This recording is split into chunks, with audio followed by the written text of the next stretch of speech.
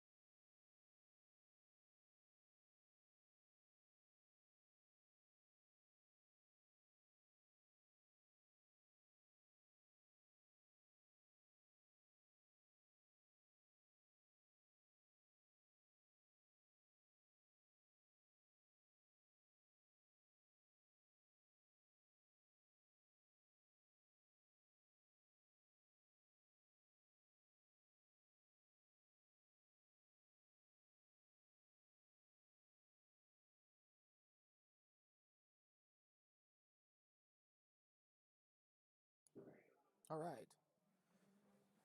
All right, everybody. We're going to get ready to go here. I'm going to get to G1 TV really quick and make sure I'm sharing this so you guys can check it out.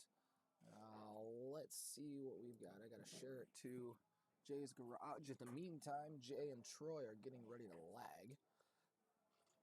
So always a lag in here. We don't flip coins, we lag. Lag shows experience, and lagging allows you to get close to the table here. A feel of the table for someone who hasn't really hit on it, so always good to do that. So we're gonna try. If you guys could let me know if you guys can hear any music. We had one speaker shut off just to make sure that you didn't hear any music, but could happen. Looks like with a clap of hands here, they're gonna get off to the races. So let's see here. Let's see. Lag's getting ready to go. There they go. Jay hammers the lag. So it looks like Troy is going to have the first shot here. Rack your own format, playing good. We're playing 8-ball. So I know you guys probably see here numbers in the bottom right-hand corner of the name tag. So what I decided to start doing, we've had some discrepancy that's going on in Pontiac about player rankings and things like that. So I kind of decided to use Jay's as like a little stomping ground type of thing. So Jay's table here in Jay's garage is definitely the hardest table that we have around the area. So it's pretty tough to play on. You got to shoot pretty straight to have a chance of making anything. So I decided to start kind of creating like a power ranking system in Pontiac. Of course, obviously the people who play more in here are going to have more games in, but Troy did play me a couple weeks ago in an impromptu 10-ball match, but I didn't count that because it wasn't prepared or planned. Troy dry breaks the first rack, but leaves Jay in a terrible spot to start off that set. Troy is getting 8 games going to 20. And you guys have watched Jay quite a bit over the last 6 weeks. About every other week for the past 2 weeks, Jay has had a match in here with another local, Dan Hogan, and Jay did win all 3 of those matches, but they were the rotation games were all close. Let's see, the 9-ball match was probably the closest, going back and forth, and Jay grabbed that set 15-14. And then 2 weeks later, Jay played 8-ball, which openly admitted by Dan was not the best chance Dan had, because Jay just plays way more 8-ball, and honestly probably plays more pool than Dan has in the last couple years. But then we got to the 10-ball, and 10-ball was one-sided for a little while. We got to see a major grind by Jay. I was at work when all this was going on, but from what I'm understanding, Jay was down at one point in time 7-1, and he came back and won that match 15-13.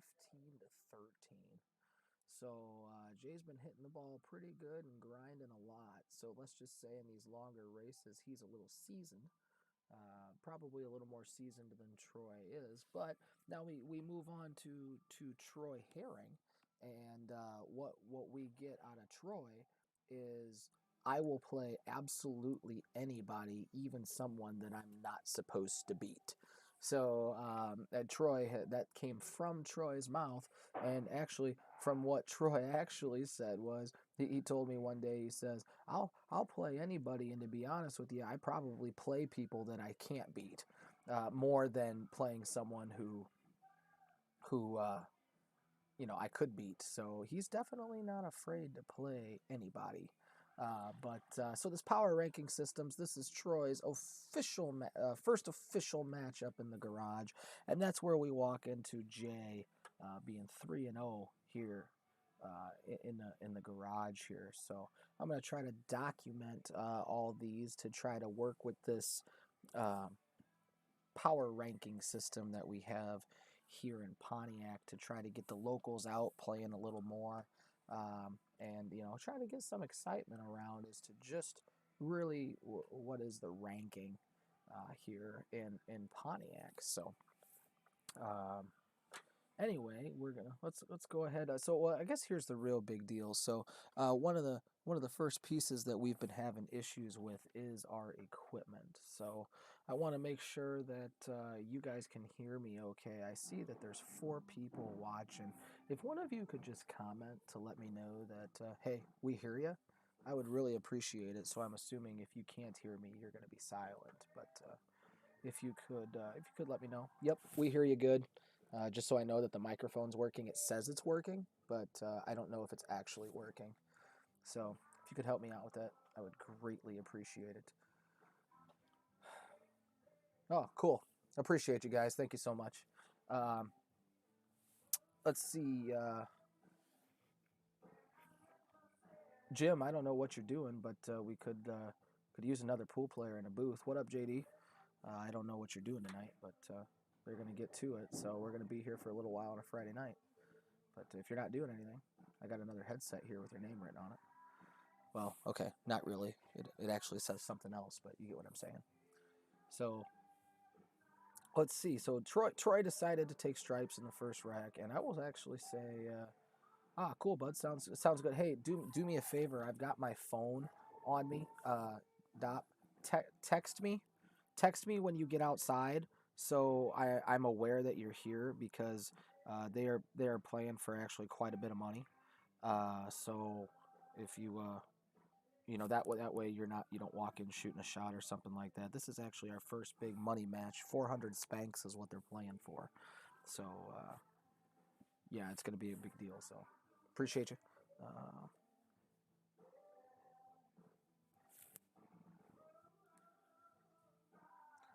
JD, man, not much, man. Just hanging out. I don't know if you heard the news, but I'm getting ready to have a baby.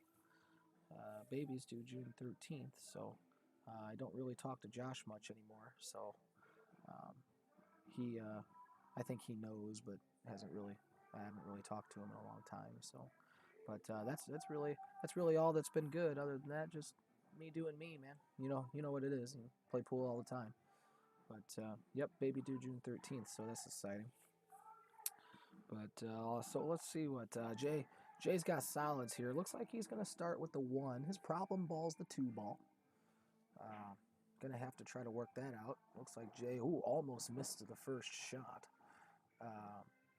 Looks like Jay's gonna run from the 3, try to get in between the 7 and the 5. I would say it's easier to shoot the 7 ball first, but you don't want to get stuck behind the 5. So we'll see how Jay cues it, but I think I'm just going to hit it in the center part of the ball. Try to get shape on the 7. Yep, good shot. Uh-oh.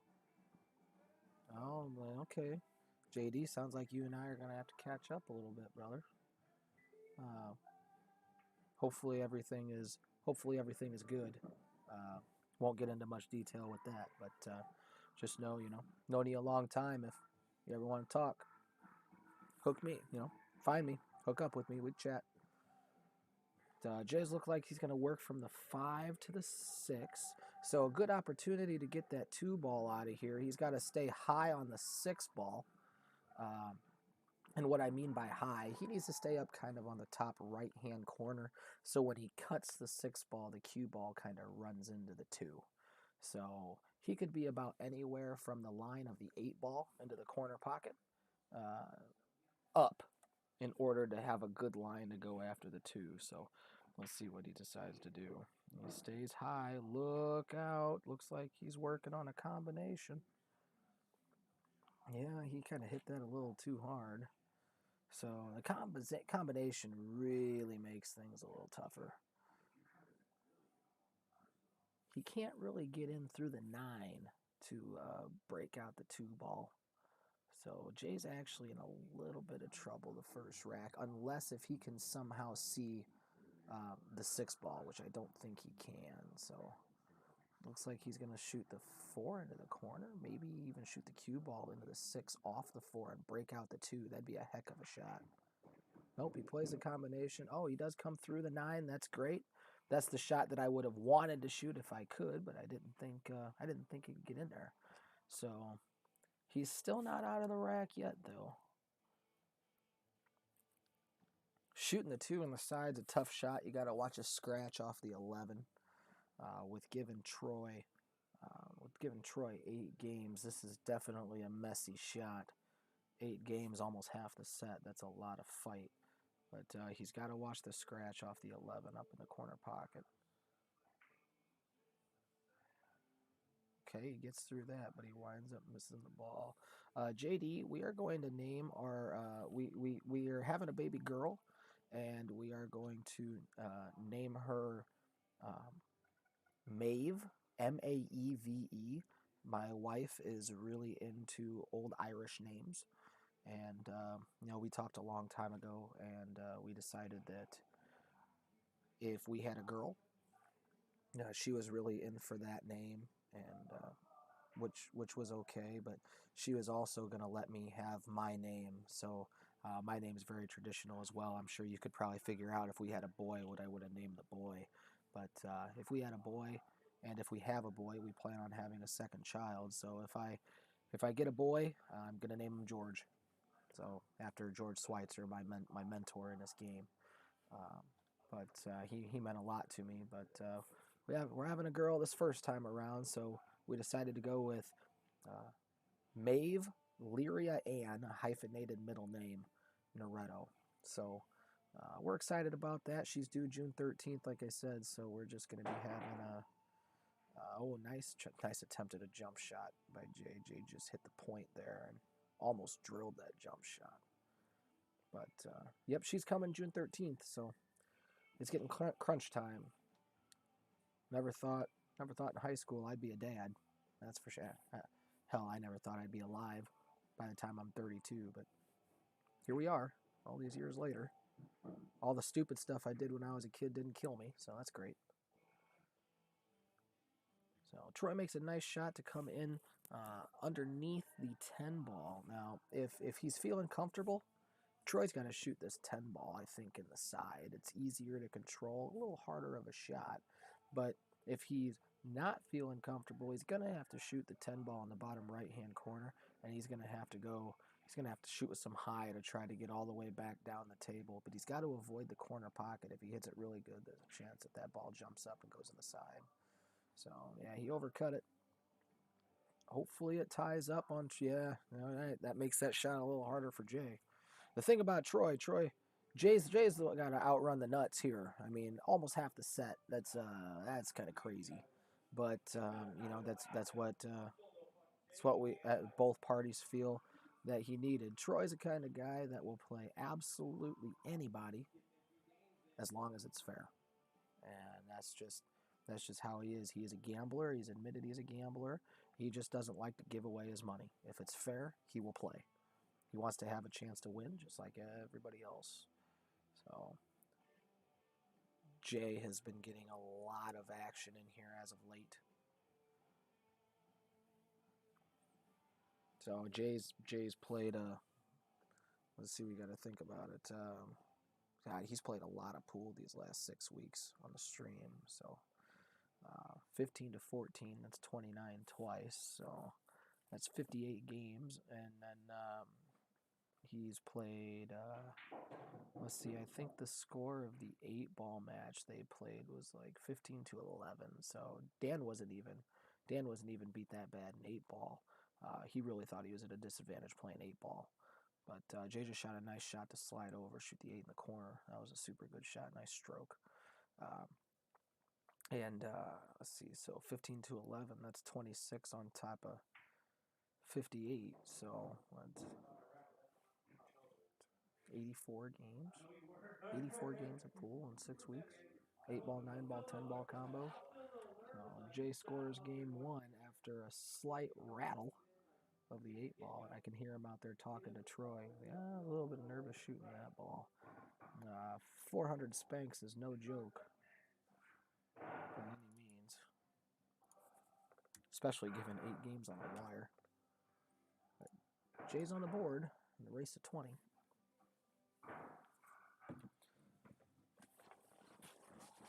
And like I said, they are doing winter break. It is a winter break. If you guys would do me a favor, if you like what you see, as always, please just take 1 second, just share the link. I would greatly appreciate it. It would help spread Jay's Garage around. And like it as well. We always appreciate the likes, so we know what's going on there.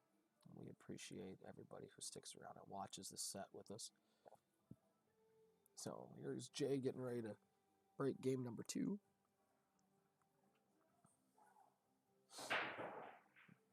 Cracks the balls. Makes 2 balls on the break. Cue ball gets kicked down table. And he's got... See, they're playing world standardized rules, which is ball in hand rules. So that means that the table is open after the break, which means for people who don't play pool, that doesn't matter if you make a solid or a stripe on the break. That means you get to shoot stripes or solids regardless as to whether or not you made a stripe on a break, or a solid or a stripe on the break.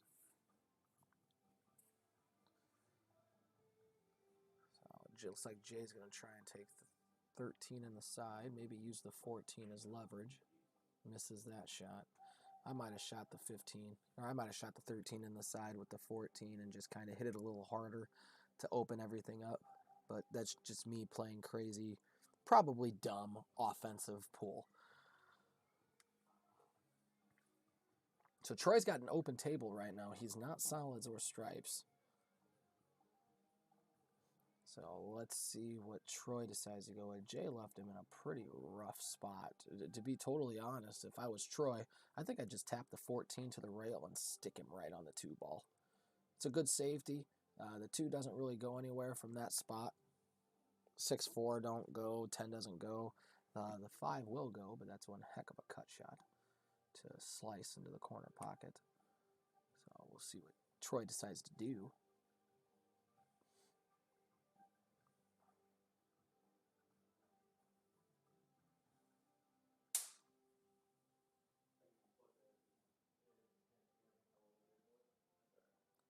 Not exactly sure what Troy's going to do. I would definitely lock him up on the 2 ball. Troy's going to go after the 5. It's a gutsy offensive shot. Cue ball's going to probably come back and, well, yeah, if he made it, it would have run into the 2 and the 14, I think. Maybe just missed the 14 ball. Could have even hit the 14 and scratched to the side. But Jay is still on the open side of things here. Doesn't really have a great shot, though. 15 and the 11 are really tied up. So yeah, I'm figuring he's probably going to shoot the 9 in the corner. But do what with the cue ball? Probably put some low left-hand spin on it, send the cue ball 3 rails around. Hoping, actually, to get into something, which is one of the words that I don't like. He's going to try to send the cue ball 3 rails around underneath the 1, so towards the bottom left-hand corner of the table there. But he could slow roll it into the 1 and try to shoot the 10. And he missed the 9, though. Yeah, that's what he was trying to do. Come off the 1 and shoot the 10 in the corner pocket, but didn't really have anything to look at after that.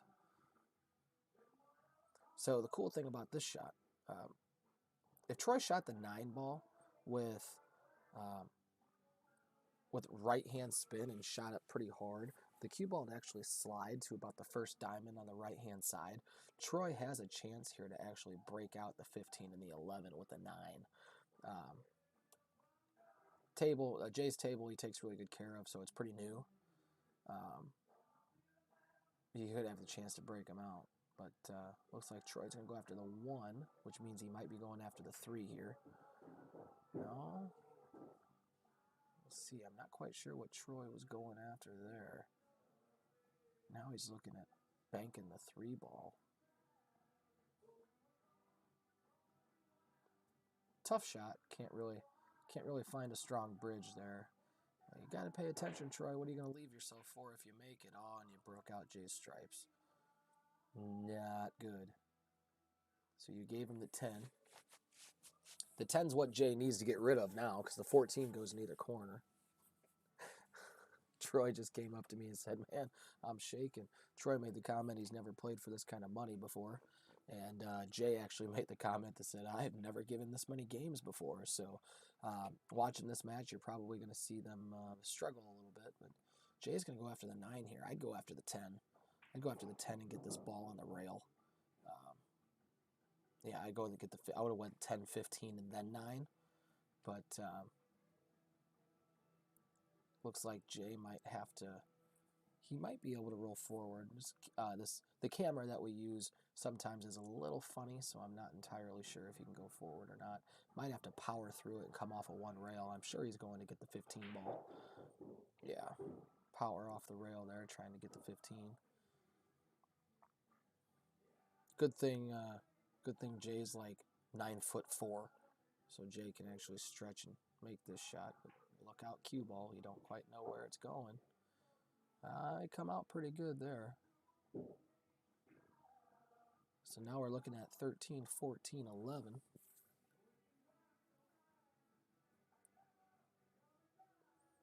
I would just try and kill the cue ball a little bit so I can bring the cue ball back. Yeah, it's a good shot. Now, Jay could go forward with this if he chose to, which is potentially the shot that I'd go after. I might try to find the window between the 6 and the 2 so I could roll up and shoot the 8 in the corner. But if he doesn't like that, he could stop the ball. He'd have to put a touch of right-hand spin on the ball to keep it straight, so he could get to the 2, so he could get to the 8 off of the 11. But it is possible. Let's see what Jay decides to do.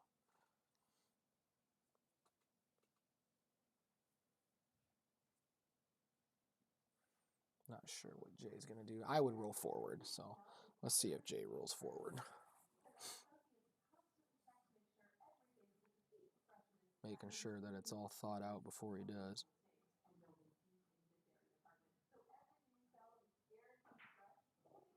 He drew all the way back to shoot the 11 in the side. Strong, viable option.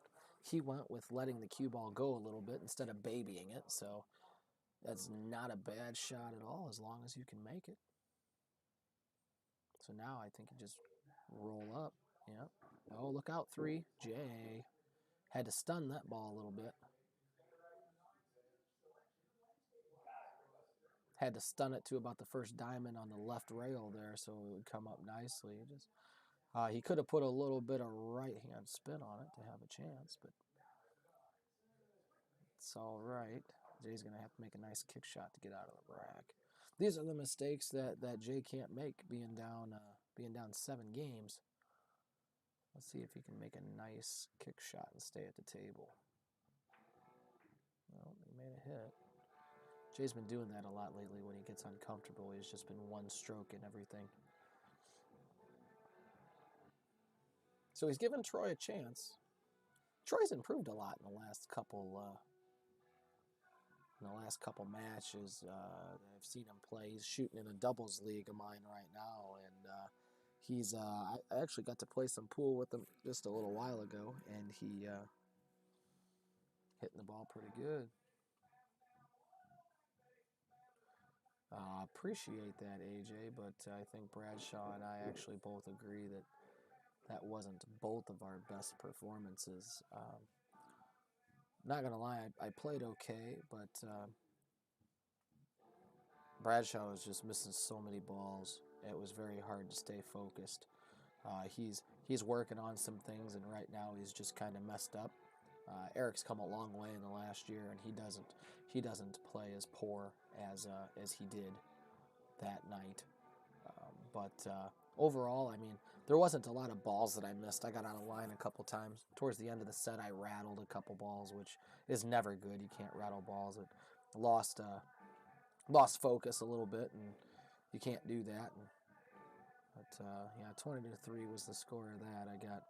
I got lucky a lot of shots, but I didn't miss a lot of balls until about I was up, I think 17-3 or 17-1, and I think I rattled a couple balls. It was kind of irritating, but we all do it. This game's about keeping focus, so hopefully we get to see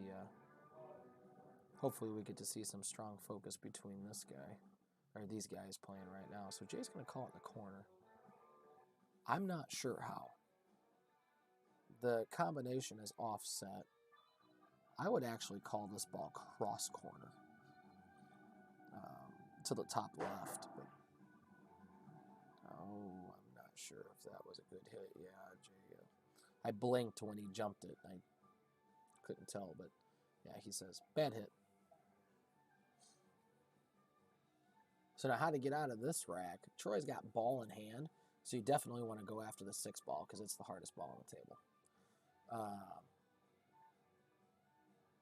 Shoot the 6.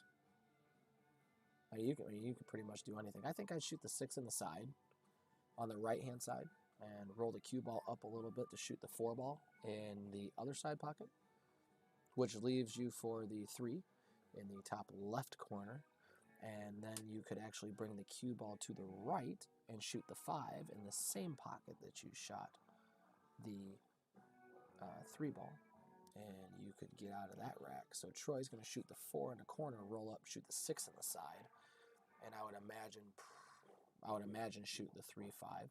Might roll up for the 5-3. I don't like that. You got to move the cue ball a little more. But we'll see. We'll see what he chooses to do. I would think he'd just kind of slow roll or stop this ball to get a shot at the 3. He went up high. So that means he's planning to go after the 5 ball, which is definitely the tougher shot, especially from there, being on the rail. There's a chance he misses this ball because he's got to control the cue ball pretty well. Yeah. Now, did he push the 3 in front of the 8? I don't think so. I don't think he did. Now, if Jay really wanted to, Jay could play safe here. He could shoot the 8 ball down to the end rail and back up. Kind of like he could shoot the 8 ball to the diamond by the chalk there, and that would send the 8 ball back up the table, and then the cue ball could go off the lower right rail and behind it. Or he could just make the 8, I think. It looks like he's going to try and make it, yeah. Yeah, see, that's pretty safe anyway. The miss is safe, but it's not as safe as it could be. Troy could roll the 5 up to the rail and hide the cue ball behind the 3, forcing Jay to jump it. I wouldn't go for the combo here. Troy's got to play safe. I tell a lot of these guys in the area to... Oh boy, I think he gave Jay the 8. I tell these guys a lot of times, you know, when in doubt, shoot the right shot. And some people ask me, well, how do you know what the right shot is? Well, if that's the case, if you're not quite sure what the right shot is, go with your gut. Go with what your mind tells you is the right shot. And, you know, and then over time, as you get better, Jay makes a nice 8. You're going to see that right shot. Troy shot the right shot. He just came out on the wrong side of it. So Jay makes a nice 8 the length of the table to go up 2 to nothing or 8-2. So I think Jay's just going to kind of work his best to stay at the table the best that he can. Pretty much music check here, folks. If you guys can hear any music, could you let me know? I've been going on about a half hour now, and I haven't had the mind to ask about the music. According to the microphone, it says it's not picking up music, but I can hear music. So if you guys could let me know as to whether or not you hear any music, I'd appreciate it. So if it is, I got to close the door, and it's going to get hot as hell in here. So, but anyway, Jay's getting ready to break game number 3.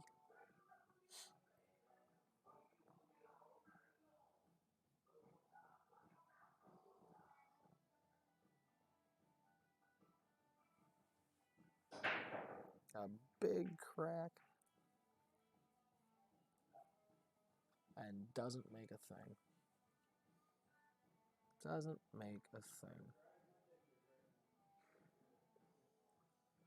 So Troy's got an open table, but not the best layout to shoot. Solids look awesome. 8 balls, trouble. Let's see, solids. Solids, you can start with the 5 and move to the 4 ball to try to break out the 8 and leave for the 1.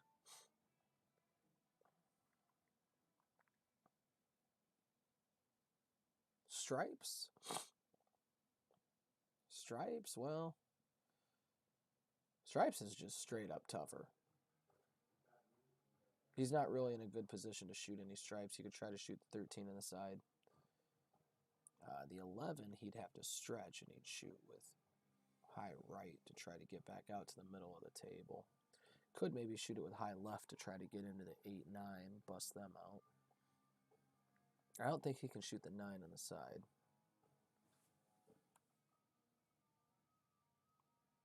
He's going to go after the 1.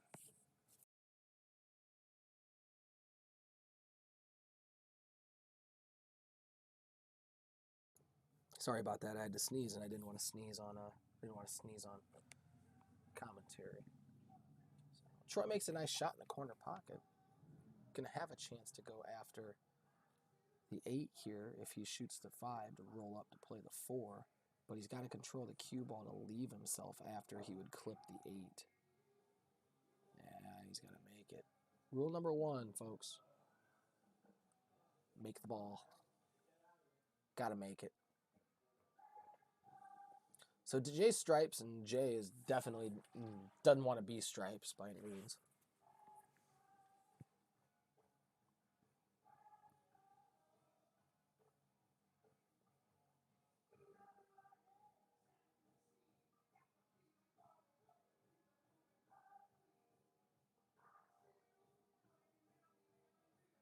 Let's see. Man. Struggling here. So if you kind of want to make the 5, but the problem is if you make the 5, the 11 runs into the 13 and the 9. So you can't really make the 5. I mean, you can try. You can try to hit it soft enough and keep the 11 from opening, or from closing the angle and winding up in the in that cluster. I'm talking about shooting the cue ball off the 11 into the 5. Jay looks like he's going to play the bank back down in the right hand. Oh, he played safe. Not bad. I think he's going to test Troy's ball pocketing ability. He left Troy the 4 ball in the corner pocket, which I believe is what Jay wants him to do. Because if Troy misses this shot, it opens up the 9. Yeah, Troy missed it. 9 balls open. And actually now, Jay's in a super good position to even play the 11 into the 5 and leave Troy a super tough shot to try to get game number 3 out of the way.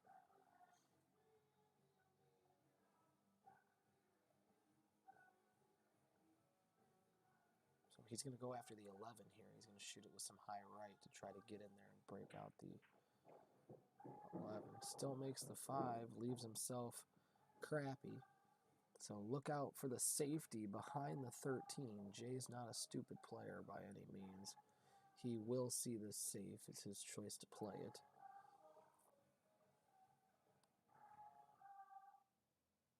Gonna go after the 11 in the side. I don't like that shot. Yep, don't like that one.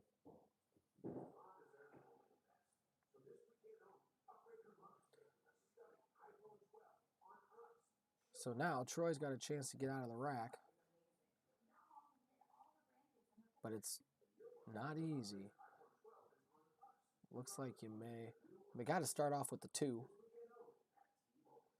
2, 6. 2 in the top right corner, 6. I would even say maybe be able to get the 6 in the bottom right-hand corner, but I'm actually looking at shooting the 6 in the side. Drawn backwards off the 2. 3-7 combination. And then pocketing the 3 to draw back. Shoot the 4 in the same corner, play a little 1 pocket there. And try to get good enough on the 4 to where you can shoot the 8 in the top right corner so you don't have to do anything with the cue ball. So he's going to go after the 6. So which means maybe he's leaving the 2 ball for last to shoot up in the top right corner. I think it goes in the top left-hand corner too, but it might not.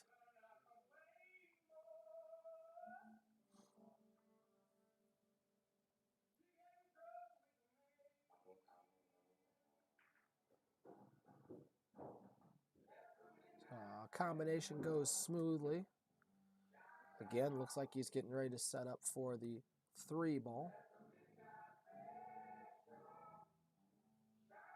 Uh-oh, looks like we can hear some music, so I'm going to have to close that door. Let me try this, see if that works. All right, I'm just going to have to talk a little louder.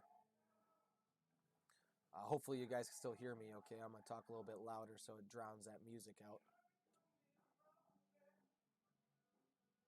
Just trying to keep my voice down while they were shooting, but might have to talk a little louder. So if I were Troy here, I'm actually going to shoot the 2. I'm going to shoot the 2 and draw into the 15. The 4 ball here is kind of tough to control. Yeah, you got to leave yourself a long shot. That's just something you don't want to do. There's a lot of traffic that's going on here. So Troy's going to have to shoot the 2 in the corner, top right corner, which means that cue ball is going to roll forward. So he can either shoot this really good softly and potentially have a shot with the 8 in the corner pocket, or he's going to let the ball go and run it. He's probably going to run into the 13, and there's a chance that he leaves himself on the rail, which is not good, not ideal at all. This angle tells me he might even run into the 10.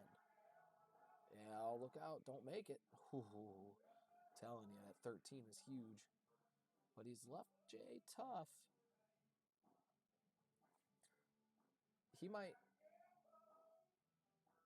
Jay might have to leave Troy a bank. He might just have to jack up and leave the cue ball right there and force Troy to bank it.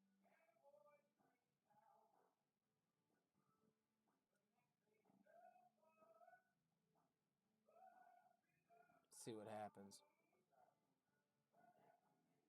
Oh, I think he called the ball on the side. I think I just heard him say that he's going to shoot the ball on the side. Oh, boy.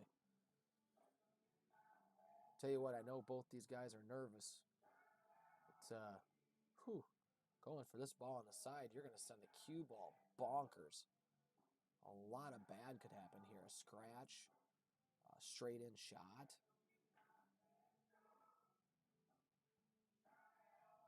Straight in shot. I mean, good news is the length of the table.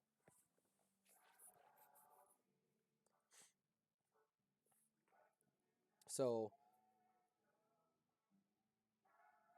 Troy, I would imagine, would slow roll this ball just to try to put it in the hole and shoot the 8 in the bottom left-hand corner. Makes a good shot. Now he's just got to make one more to get on the board in his first game, but to make the score 9-2. Man, tell you what, you can't make mistakes when you're giving somebody 8 games going to 20. Let's see if Troy slow rolls this ball or if he fires at it. I would slow roll it if I were Troy. Yeah, he did slow roll it. Because when you get your nerves firing at it, man, you get tightened up, and then you wind up missing the ball freaking crazy, right?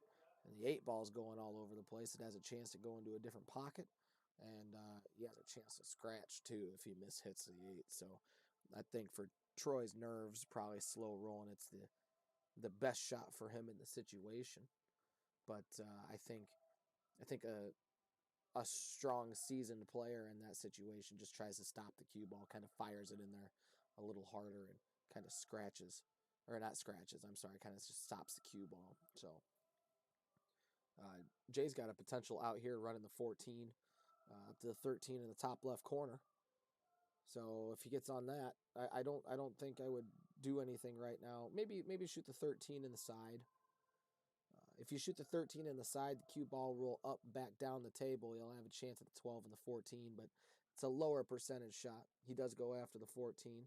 Maybe shoot the 12 up in the corner because the 8 doesn't have a pocket, really. Yep, a good call. So shoots the 12 in a corner. That'll move the cue ball over to the left a little bit according to the angle of the camera, which means that he would have a pretty fair shot on the 13 in the top right corner. And I don't believe the 8 ball goes past the 10, so the 12 ball is a pretty safe shot as long as he doesn't squirt it all the way out there. But yeah, he missed. Oh man, he tried to roll into the 10. I thought the 10 went, but he gives Troy a chance to shoot the 8 ball into the corner pocket. No scratching necessary here. He's just got to make the shot. Make the ball. Rule 1. See if he can make it. Yep, ball goes in. A little rattle, but that's okay. Make the ball. So Troy goes to number 9, which is Troy's first win, but makes the score 9-0. Or I'm sorry, 9-2. It would help if I could read. Hey, as this rack's going on, I kind of want to talk to you about this right here. I am starting, in a sense, my own billiards academy. I am building an online pool school as I speak, but I have been an instructor for the better part of 7 years. If you want to hear what I have to say, if you want to hear any guidance that I can give you, I would rate myself as a master level player. I don't know what other good players say. They probably say I suck and they play me for $5 million, which, I mean, if I had to play me, I'd play me for $5 million too. But I do know I go a lot of knowledge, read a lot of books, got a lot of experience in my 15-year career. So if you want any help with your pool game, go ahead and give me a call at 815-228-7498. Schedule an appointment with me. We can talk about rates at that time. But I would appreciate your support, and hopefully I can lead your pool game to its revelation. So 9-2 is the score, and we run in to Troy breaking his second rack because he won the lag. Troy parks the cue ball, which in my experience on a bar table normally means I'm not going to make jack anything because that's what we want to do. So just like I figure, Troy dry breaks because that's 90% chance that's going to happen whenever we park the cue ball. It's ridiculous. But let's Jay back up to the table on an open table.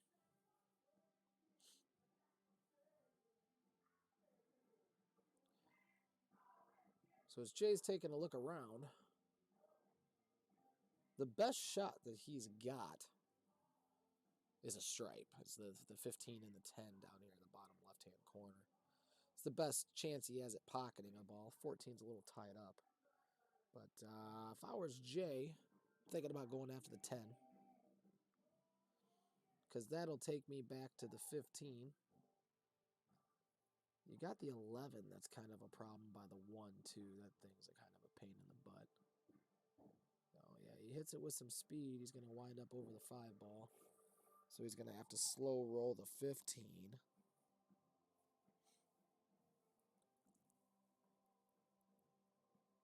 If he feels comfortable, this is a shot that Jay might fire. If I'm playing this shot, I might actually go after the 15 in the corner and try to follow it and come off the left rail and the bottom rail all the way over to go get the 14 ball. It's a shot that I would contemplate. Not sure if I'd execute because I'm not at the table. But if you slow roll the 15, you got a chance at the 11. Looks like he's going to hammer this. He's going to try to stop it off the rail. Yeah. I'm not entirely sure if that's where Jay wanted the cue ball. I don't think anybody purposely leaves themselves there. I think he probably wanted a little more action out of it. But the shot is still doable. See if Jay can make a nice roll into the corner with the 11. Tries to hit it with some love. Comes up on the wrong side of it. So letting Troy up to the table with solids is a pretty good deal for Jay. He doesn't really have anything to shoot at. 1 maybe off the 14 in the side. I'm not sure if he can cut the 1 by itself. Might be able to. Best shot Troy's got looks like to be the 5 in the bottom left-hand corner pocket. Yeah. He lets Jay back up to the table again.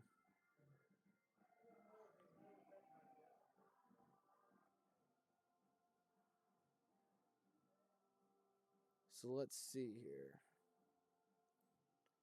Again, this is man, I just think they're leaving a lot of shots that need a slow roll, and it sucks because I've learned to not like slow rolling the ball anymore. This would be a shot that I might slow roll to the 14 or slow roll to get to the 13. Yeah, like Jay just hammered that ball. And I don't like to slow roll balls like that anymore either. Kind of a weird angle. But sometimes you got to do it, right? Like I said earlier, shoot the right shot. If it calls for a slow roll, shoot the slow roll. I actually think Jay goes after this. Jay's down a lot of games, but I actually feel like he goes after the 10. I think that's a 10 ball, yeah. 10 ball all the way over in the top right pocket. The 2 ball is protected at the moment. If you go for the 13 like Jay's looking, you got to risk the cue ball running into the 2 and opening the 2 ball, which is Jay's worst nightmare if Jay misses the ball. If Jay makes the 13 ball, there's a chance that the cue ball can roll into the 2, and that would open up Jay's 9 ball.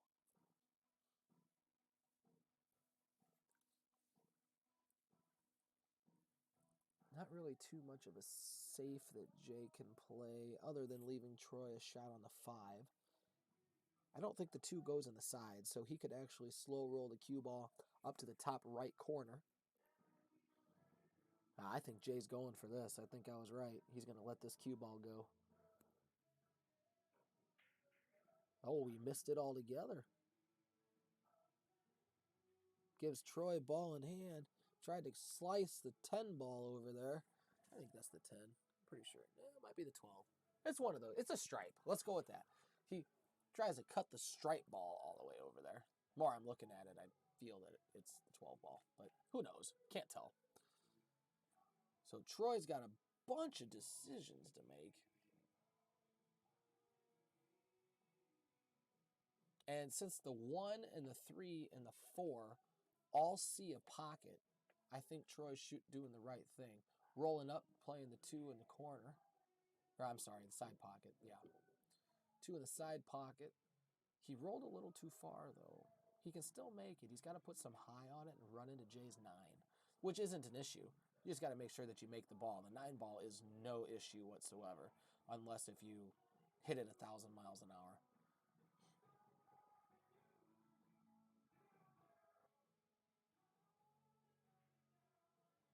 Nice shot. Troy and I were talking. He messaged me last night, wanting to know if I wanted to play after this match. We have a tournament in here tomorrow. If you guys, if watchers didn't know, we got 20 players lined up for a handicap 9-ball tournament in here tomorrow. Troy rattles the 5-ball. Handicapped 9-ball tomorrow. Maximum person in here is going to be going to 6 games. And we're going to be having as low as 2. If a female walks in the door that is unclassified female, meaning, someone of a master caliber doesn't walk in the door, we're going to let them go to 2 games. So we do have 1 female in the field tomorrow that is going to be going to 2 games. Jay makes a nice shot. Don't tie up the 13, though, Jay. That's pretty much considered a tie-up. So you got to get underneath it now, which that's not good considering you got to go after the 14 at some point. So Jay's got some decisions to make. But that's a $15 entry fee. That's going to start at 1 o'clock tomorrow. 9-ball tournament. People ask me all the time, what do you use the magic rack for? We'll use the magic rack just to make sure that the tournament gets over at some point. Magic rack almost guarantees a ball and a break. As long as you break from the corners, guaranteed. If you break from the right corner, the right wing ball is supposed to go in. If you break from the left corner, the left wing ball is supposed to go in. So it just kind of makes it go a little quicker. Jay tries to shoot a nice shot to, I think he was actually trying to get underneath the 13. But that's a super hard shot to shoot. Now he's tied up to 12 in the process. But even though he's tied up to 12, really, I'm talking pretty loud, Ricky. I gotta shoot. I gotta turn the microphone down a little bit to tune out the music that's going in there. So I would say if you're watching on your TV, try to turn it up the best you can. Sorry about that, but I got to make sure I'm in a combination of they can't hear me and you can't hear the music or they're going to shut us off. So sorry about that.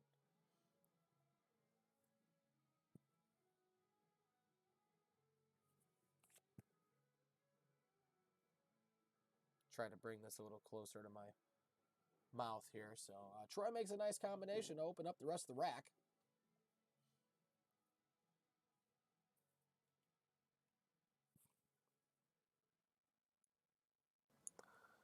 All right, for right now, I can talk a little quieter because there's a music change. So I'm going to have to watch this volume, though, or else it's going to pick up all the music. So Troy's trying to decide what he's going to do with the 1 ball. Does he shoot it now? Which the answer is yes, you do shoot the 1 ball now. I'm going to have to turn this mic back down and talk a little louder. You got to shoot the 1 ball now because it might be the only chance that you get. Now he's got to do something crazy. Not really crazy. High right hand spin will bring you off the bottom rail to the top left rail and back all the way up the table. He's just pretty much got to let the cue ball go. He's trying to get almost at the diamond right above the 14 ball. That would be a good spot, but he's got to hit this ball. Yeah, see how he was going? It's going to come all the way up to that top rail and back over to the right. So he's left him pretty good, though, but I don't think Jay can cut that 14 into the corner. He might have to play safe. If he does, he's going to hit off the point. Yeah. Uh-oh. I'm not sure if Jay wanted to do that.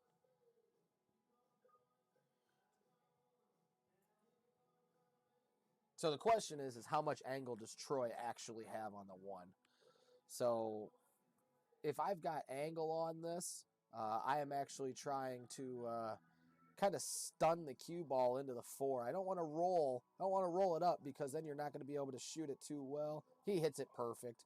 I am totally wrong. Angle was pretty strong for a roll up, so that was pretty good.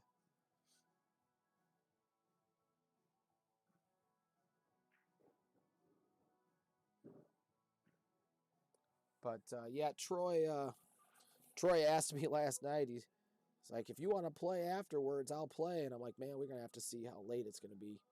I don't know, but as of right now, it looks like could it get over pretty early if Troy makes these nice shots and Jay's missing some balls. But Troy does miss the 8. Give Jay an opportunity here. Shoot the 13 in the corner and drive through the end rail with some high spin to come back out for the 12.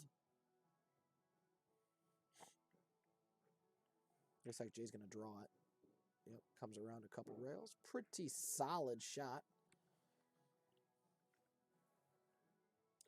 Looks like he's going to roll forward and play the 14 in the corner.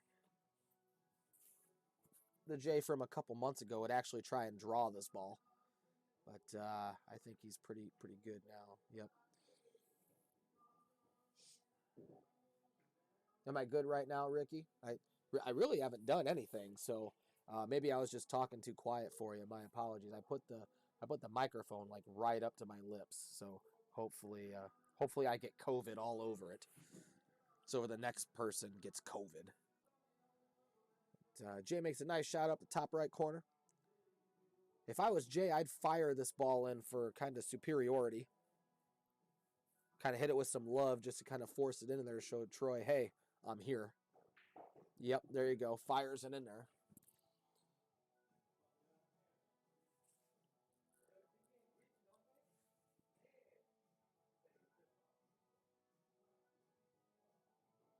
All right, so I know they agreed on 5 games for a tie here, but I feel or for a little break, but I think they've lost count with the spot. So they should be taking a break right now, but it looks like they're going to keep going. So that means I'm going to change the score once I find it. There we go, blue player J. And then nope, I got to find the score, not that. Yep, there we go. So the score is 9-3.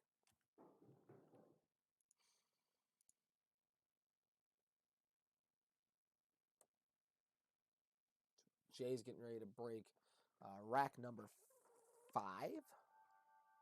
Yeah, so this is game number 5 actually. My apologies. I thought it was game number 6, but it is game number 5.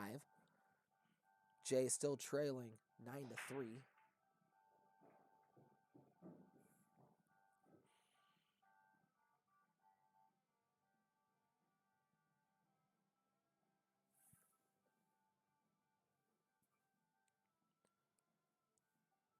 Okay, hold on 1 second, folks.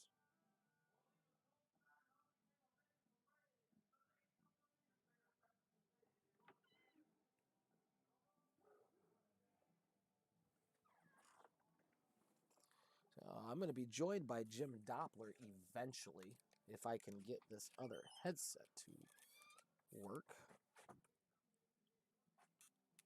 So this thing says that it's dead, but it shouldn't be. Unless if this is broken. I don't know. Oh, there it goes. So we'll have to. Looks like we'll have to let those charge for a little bit. But did you close that door all the way? Yeah. No, I think it's okay. But what I'm gonna do? Do me a favor. Say something. Hey, can you guys hear me at all? If you can hear Jim, go ahead and just say yeah. We closed the door all the way and turn the mic all the way up. So if you can hear Jim, just go ahead and comment. Yeah, let me know if you guys can hear me. It looks like on the screen the microphone is picking up my voice and I'm not talking loud or anything, so.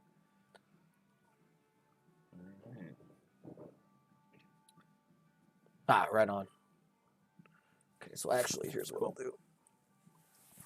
Just set it down. No, well, yeah, I might be able to. That might work too. I'm just going to set the microphone down and we'll just kind of go from there. Feels like we're on a podcast. Oh, Jim. Unfortunately, Unfortunately. Jim. Come on now. Okay. It's not very nice of you. That's fun. I thought it was funny. Oh, boy. Hey, Jim, by the way, Tabitha absolutely loved the cue. Good choice. Tabitha. Tabitha Cox, my buddy John Cox. Oh, okay. Oh, yeah. Bought her a pool cue for Mother's Day. Had a talk with John's son. Yeah. Comes up to me and asks me, "Hey, do you know Jim Doppler?" I go, "Oh my God." "Oh yeah, I do." And Not good. He's like, "How do you know Jim?" And I said, "Well, through pool, but I've known Jim for probably 15 years." Yeah. And he goes, "Oh," and I said, "Yeah, oh yeah." I said, "I know all about your family." I'm like, I said I know Tabitha. I didn't know if I couldn't remember if it was his stepmother or mother. Yeah, it's a stepmom. And he said stepmom. Yeah. So I'm like, "Oh yeah." He's like, "So you know my dad?" And I'm like, "Nope, never met him in my life." But bad news for you, I know your mom. Yep. Oh yeah. Or stepmom. I know your stepmom. Oh yeah. And he's like, "Oh, like yeah." So don't do anything dumb. There you go. Well, I had a. He's an all-around good kid. Oh, for sure. No, I love having him. I feel like sometimes some of those kids really wonder about me, and oh yeah, I love them all, man. It's good. Yeah, they're awesome. As a teacher, that's the right attitude to have. Man, tell you what. So, I had a kid come up to me crying today. They had to go home, and they weren't coming back. Oh yeah. Yeah, man, wrenched my heart, man. Oh no. Yeah, the whole I'm not gonna come back. I'm not gonna be able to finish, and I'm like, oh, don't do this to me. Don't do it. I'm thinking to myself, okay, can't see the teacher cry. Can't see the teacher cry. That's right. That was wrenched my heart because that's a good kid. Yep. Good kid. So it looks like Jay's got a tricky shot here. I wonder if that 4-ball passes the 10. It's hard to tell from this angle on I don't know. Computer. Looking through the window, it looks like that 10 is far enough down the rail that it should pass. It looks like it from here. Yeah. So you ought to be able to just slow roll that 5 into the pocket and play the 4 in the same pocket with the 8 just straight across the side. Oh, look out, scratch. That's awfully full hit, Jay. Oh, he tried to draw it. He tried to draw it. All I really had to do was play a roll on it. Just let roll it go up a little bit. Jeez, Jay, how loud you got that music, dude? I don't see. That's loud. He's got it loud out there.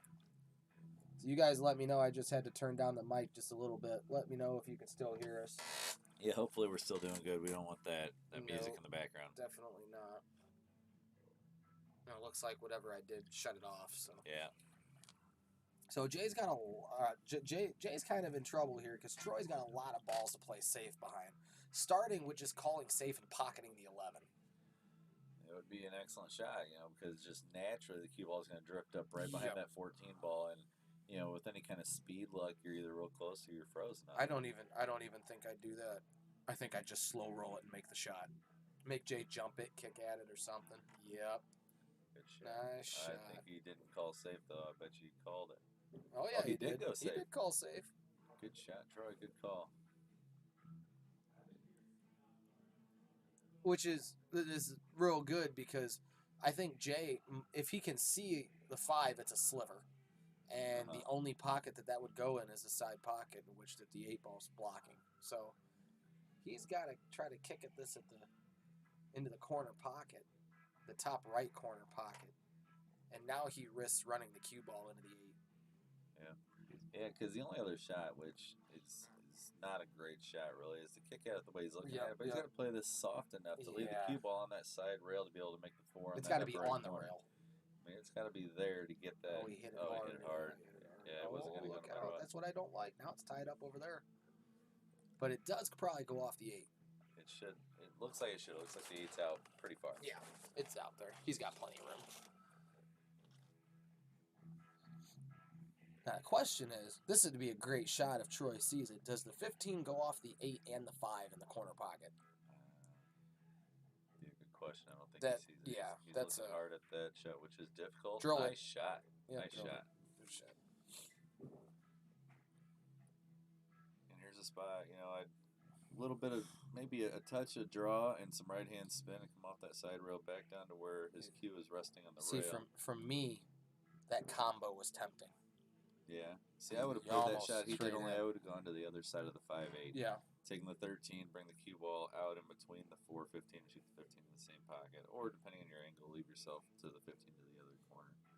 Say the combo was tempting because if you hit it stiff, The 15 would have shot out towards the top right corner pocket. Yep. Yeah. So the combo's not very appealing now. No. More distance, bigger angle. Yep. Just gets a little bit uglier as you go. So what Troy does with it. Good news is, though, you can slow roll the combo and probably have a shot at the 15. Absolutely. Which in this case, I don't think I want to hammer a ball. No, I would want to shoot it softer. I think he's got to go for the combo. I don't think there's anything else out there. There's no good safety option. He called a bank. I think he called the bank, yeah. He's going to cross bank the 13. No, he just pointed something up here. I think he's calling the combo. Yep, he did. Oh, and he had a chance at it. Good try. Talking earlier about how nervous these guys are because Troy's never played for this much money and Jay's never given this many games before. Yeah, I was wanting to play a match tomorrow and got canceled, and for good reason, I suppose. My opponent says that he's not feeling well, under the weather. Maybe he's, taking precautions. Precautions against being sick, precautions against losing. One of the two, I don't know. Dodging. Let's just get it out there, Jim. Tell us how you feel. It is what it is. I mean, I've had people duck me before. It's just dodging. But, Yeah. It is what it is. I mean, I'm sure someday I'll meet up with him and play him. Did I just watch? Do that again. Yeah, I want to watch. That's interesting. TikTok, folks. I'll tell you what, I see TikToks occasionally. It does a weird thing. It's not weird. It's not weird.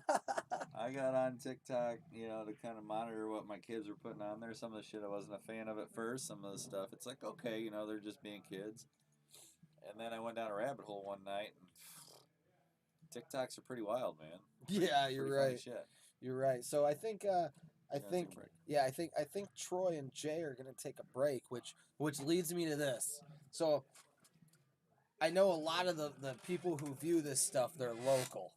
Yeah. So now it's a pretty good opportunity to talk to somebody else other than myself about the biggest topic that's going on locally right now. You must be talking about top 10. Oh, yeah, this list. This should be non-drama, drama-filled topic of who is just better than somebody else. And it's, it at this point, it's all opinion. Sure. It's all opinion. With exception to the top two, I will say that. Outside of the top two, I mean, it's all opinion.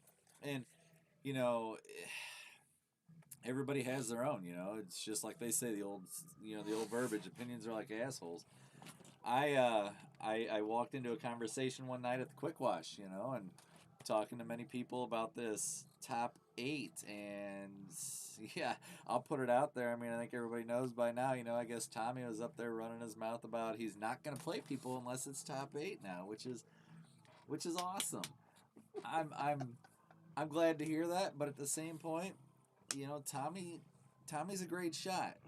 Phenomenal shot, really is. He's going to come around. He's going to come into his own. But sooner or later, Tommy, I mean, we all get humbled. You're going to run into somebody who you don't even consider your top 8, and they're going to stomp a mud hole in you. At this point in time, I would like to announce Tommy Kruger versus Jim Doppler coming soon to a table near you. Anyway, so absolutely. Let's get that one out there. I'm sure Tommy will watch this. If he's not, I don't know who's watching it. I know he was on his way up to long shots. He was going up to long shots in Joliet. Yep. Our buddy of mine, Jeff Sargent's got an awesome tournament that goes on in Joliet. Normally draws like 40-some players. That's on the low call. 40-some players every Friday night. But enough about Sarge. Sarge gets talked about way too much. Back to this drama thing. So back to it. Tommy, absolutely. I'm calling you out. Race to 20. Let's do it. Yeah. Let's do it. Let's do that. So then, we can figure out, because, I mean, this top 10, and I'm included. I threw my list out there, and I'll be honest with you. I have said for years, you know, the top 10. What are the top 10 in Pontiac, right? And you got Eric and you got Doug. You know, we can all agree on that locally. You know, Eric, you put in the time, the training, the practice. The knowledge is there. Your years of experience may be less, but the amount of games you played are more than those people that had the years of experience because you put the time in. Doug, you've got the years, you've got the knowledge, you've got the practice. You need the drive sometimes because I love playing with you, Doug, because you just don't care. But when you care, shit, Animal. Man, it's insane. Total animal. It's insane. It's like we tell people, you know, I mean, I may have beat Doug before, sure. Doug whoops my ass all the time. But the thing is when you get Doug in the mood to where he's like, I want to win, I'm not beating Doug. You know, and that's hard to say as a pool player because I like to say, hey, man, I'm awesome. I love myself. I love my game. Whoa. Cut the pool player out. You still like to call yourself awesome. Very, very true. I am a pretty awesome individual. But you cut right down to it. Doug is a monster. It's ridiculous. So what you're left with is what we've been calling for years, these different groups and different tiers. And, well, a very wise JF4 is a dry break. Open table, solid down. Go ahead. A very wise young person by the name of Eric Noretto told me, if you continue to put yourself in groups and tiers and say it depends on the day, then you are openly admitting that you're not better than somebody. Who do you honestly feel is the better player? So I took that to heart. I went home. I kid you not, my top 10 list, I didn't put anything with them, you know, other than names. Those names took me 45 minutes to write down in order. Sure. Which is crazy. And I still realized afterwards that I forgot some. You know, I completely forgot about, you know, Chris Wilder possibly being in the mix. Mm-hmm. You know, which Chris is phenomenal. I forgot about Rob Shepard. You know, there's names that eluded me because they don't care so much about top 10. They're not on the radar. And it's funny because I posted my top 10 and 10 minutes later, Chris Wilder messaged me and said, I'm glad I'm not on your list. Let's play. Oh, man, I tell you what. You know, those of you that know me and know Chris or don't know Chris but know me, I love shooting pool and I love shooting with Chris because I've shot with Chris for years.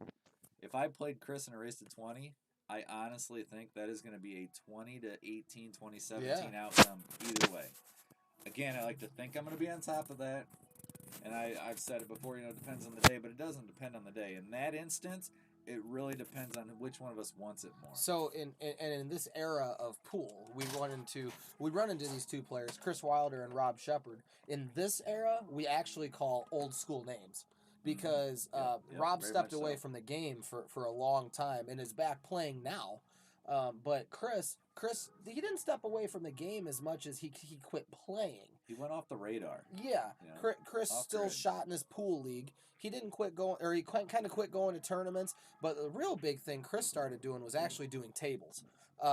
He's actually the one who does the tables here at Jay's, and he does a fantastic job. So if anybody, hold on, I'm sorry, excuse me for a second. I thought I had to sneeze. If anybody needs a table done, Chris does take his time. He knows a lot about doing tables. He's the one who taught me how to do tables. So if you need anything, you know, ask me for Chris's number or whatnot because he travels to do them, and I truly haven't heard a single bad thing about Chris doing his pool tables. And he's very available too. You know, I've recommended a few people to him, and they, you know, got a hold of me right away and said, "Man, I got a hold of him." He said, "Yep, I can be there tomorrow." I mean, he's very readily available to help. Definitely. But you know, and then there's Rob. Rob has a major back injury, and he had to step away. Rob been gone for years. 6, 7, maybe 8 years, and just started coming back about 2 years ago, somewhere in there. And he's slowly but surely getting his game back up to where it is. But when I made my list, I made sure that without a shadow of a doubt, I was not forgetting Chris by any means. Chris is one of the only guys that I truly know doesn't even pick up a cue for 2 years, picks up a stick, could run a 2-pack. You know what? Instantly. One of the things with Chris that I love is his stroke is so smooth. Yep. So delivered, so smooth. And just like Eric said, you may not see him shoot pool for a year. and then you watch him pick up a pool cue, and it looks like the guy has just never put one down. It's just so smooth and deliberate. So we have a thing that we call now. We call it Wilderin. So Wilderin. I haven't heard this one. Yes, you do. As soon as I tell you, you'll know exactly what I'm talking about. So a long time ago, I was hanging out with Chris, and we're at a tournament, but I mean there were a group of people, and Chris just decided not to give a crap anymore, and he started shooting with his break cue, and like I said, Chris's stroke. Nice, good try by Troy. Plays real strong safety in the process of trying to make a combination. Definite two-way shot. Great two-way. But Chris was just like, you know what? Screw this. I don't even care anymore. And Chris runs out with his break stick. No questions asked. And I'm telling you, ladies and gentlemen, you can't run out with a break stick unless you hit a ball pretty good. Yep. You're gonna miscue pretty easily. Oh, yeah. And Chris just made it look easy. And to this day, this was years ago, and to this day, every time someone picks up a break cue, they don't even know that it's Wilderin. But I tell them that it's Wilderin. Chris Wilder was the original I will break and run a rack with a break cue in this area. A.K.A. Fatty, you ain't shit. Nothing. Wilder's been doing it for years. Yep. Take a card, man. Take a card. See, Fatty's got this thing where he likes to, oh, screw it, I'm going to play somebody with a break cue. And we were up, and he's played me with a break cue up at the quick wash before. Oh, hang on, Jay going for a jump shot here. Makes a good hit. Great Makes contact. A good hit. Went for it. Avoids ball in hand. Sometimes that's all you need. That's huge. To avoid ball in hand. So anyways, Fatty, just decides, hey, I'm going to play you, with a break cue, race to 3 or 5, whatever the hell it was. I don't know. I was at the quick wash. I was drinking beer. I was having a good time. Not giving a shit. Beats me with a break cue and just starts, doing the Fatty thing, right? Well, can you do that one more? What is the Fatty thing? That's the fat. Is that the Fatty thing? Or you know what, Fatty? Tell you what, buddy. Bust out whatever cue you want. I'm gonna play you, and I'm gonna play my hardest. And this time we're gonna play for the other one to go bald. We went hair versus beard last time. Let's throw out the beard factor. Let's throw in the hair or $250. Me versus you. I say loser not only loses $250, but let's make this even worse. Loser loses their eyebrows. Ooh, oh God, man. That would be awesome. $250 and the eyebrows gotta go. And the eyebrows. Gotta go. And the eyebrows. I've called out 2 people so far, and I recognize that neither one of them are probably watching this at the moment. So well, I'll make sure to post it on the Pontiac Sunday League page after we're done. I'm going to do something, too, here that I've seen other people do, only, I've seen it in writing and everything else, and in just an open call-out. I tell you what, if the game's right, I'll play anybody in a race to 20 for $250. And by if the game's right, I want Eric's honest opinion on the game, the player. It can be 8-ball, 9-ball, or 10-ball. Because I don't want to play somebody that I'm going to absolutely demolish. And I don't want to step in the box, race to 20 with Eric heads up either, and get smoked. I want an honest, fair game. So, if you're listening and you're up for it, first person, Luke, we do have a beer match to do sometime, yes, but first person that wants a crack at me for $250, let's do it. Well, we thought we had that already. Well, we thought we had that, but I got a message early in the week saying my opponent wasn't feeling very well. You got to do it with Ron's ball trimmer. You know what, AJ? I shaved Fatty's face, I think, with Ron's ball trimmer. It was going to be Ron's ball trimmer. I don't remember if that actually happened or not. I think we might have just gotten somebody's in here. Oh, God. All that matters is the list of Jericho. I'm not sure if Jim knows what that is. Trust me, I was a WWF, WWE fan for years. He does know what it is. All right. Big time. All right. Troy's got a decision to make here. There is a chance that he could shoot the 6 in the corner. But he's stripes. Yep, that's what happens when we get tall. Hard. All you have to do is roll that. Look out. Rattle.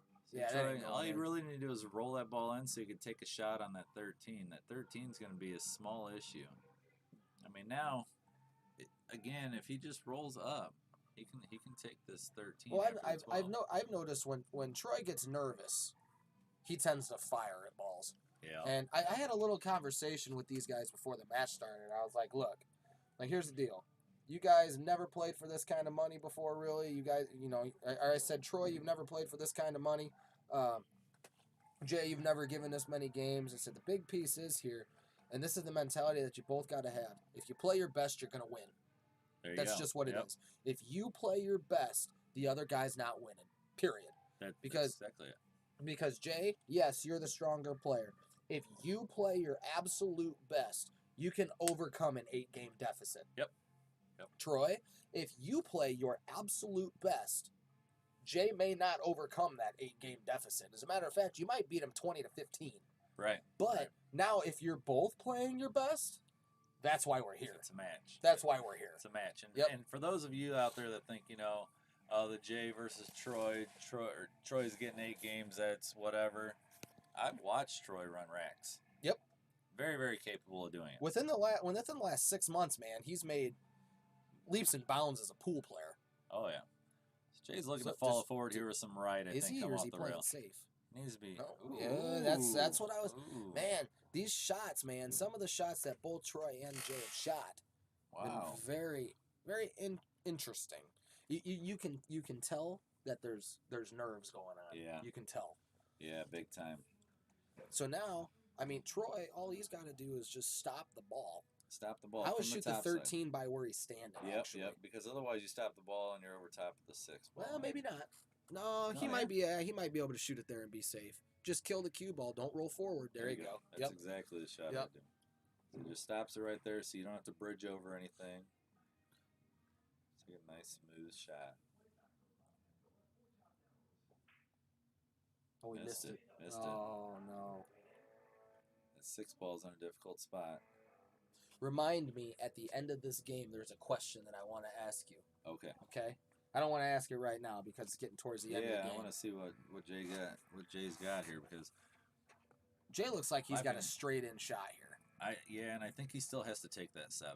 I think he's got to take that 7 and then go after the 6. I don't like cutting the 6 down the rail past that pocket. If he was more straight on it, I like it. But being less straight, you got to hit it pretty good to get it past the point of that pocket. You got to hit it pretty good. But let me throw this at you. What if you shoot the 6 with a touch of draw and you shoot it stiff? If you miss the 6, the cue ball comes back off the rail, back over, and it leaves Troy a bank. It's not a bad thought. Oh, he hit that really good. He did. You almost hit it too good. Yeah, folks. So Jay's pocket's really tight. So you gotta realize. So he probably just hit that about an eighth of a ball to the left.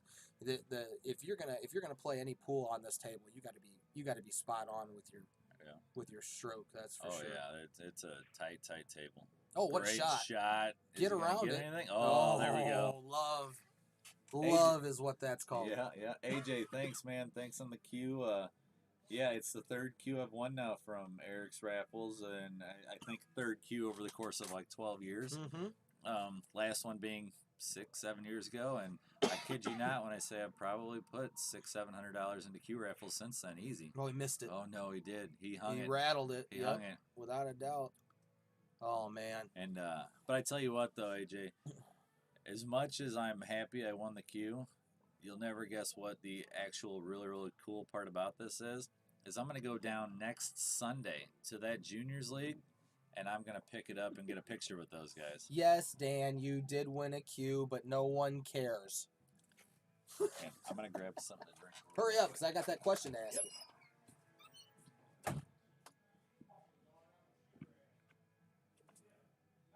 By the way, Dan, your cue is here in the garage, just so you are aware. He got a text message right as he went to shoot that 8 ball, and it started vibrating on him.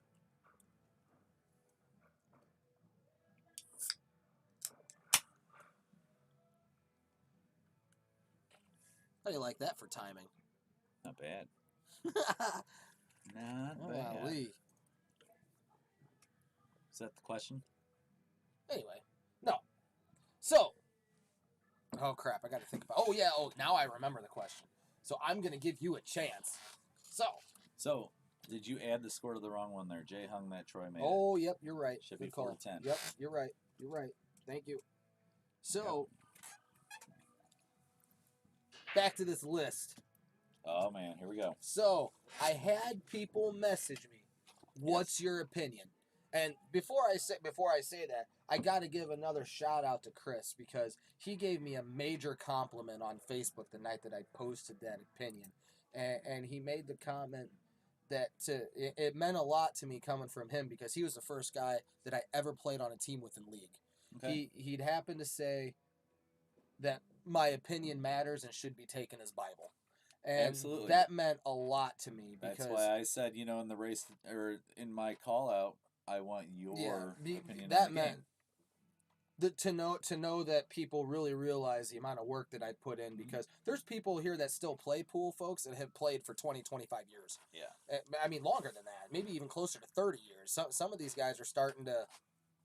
It sucks, but we're all getting older. I mean, if I'm sitting here telling you that I've played for 15 years now, I can't believe I played for 15 years.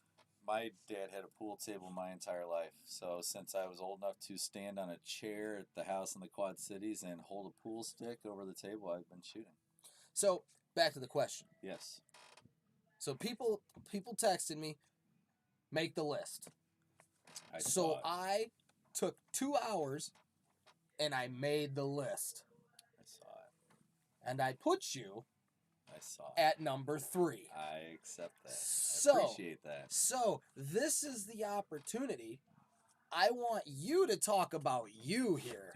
Okay? So I want to know if you feel that that's correct. And if you do, I want you to tell everyone why.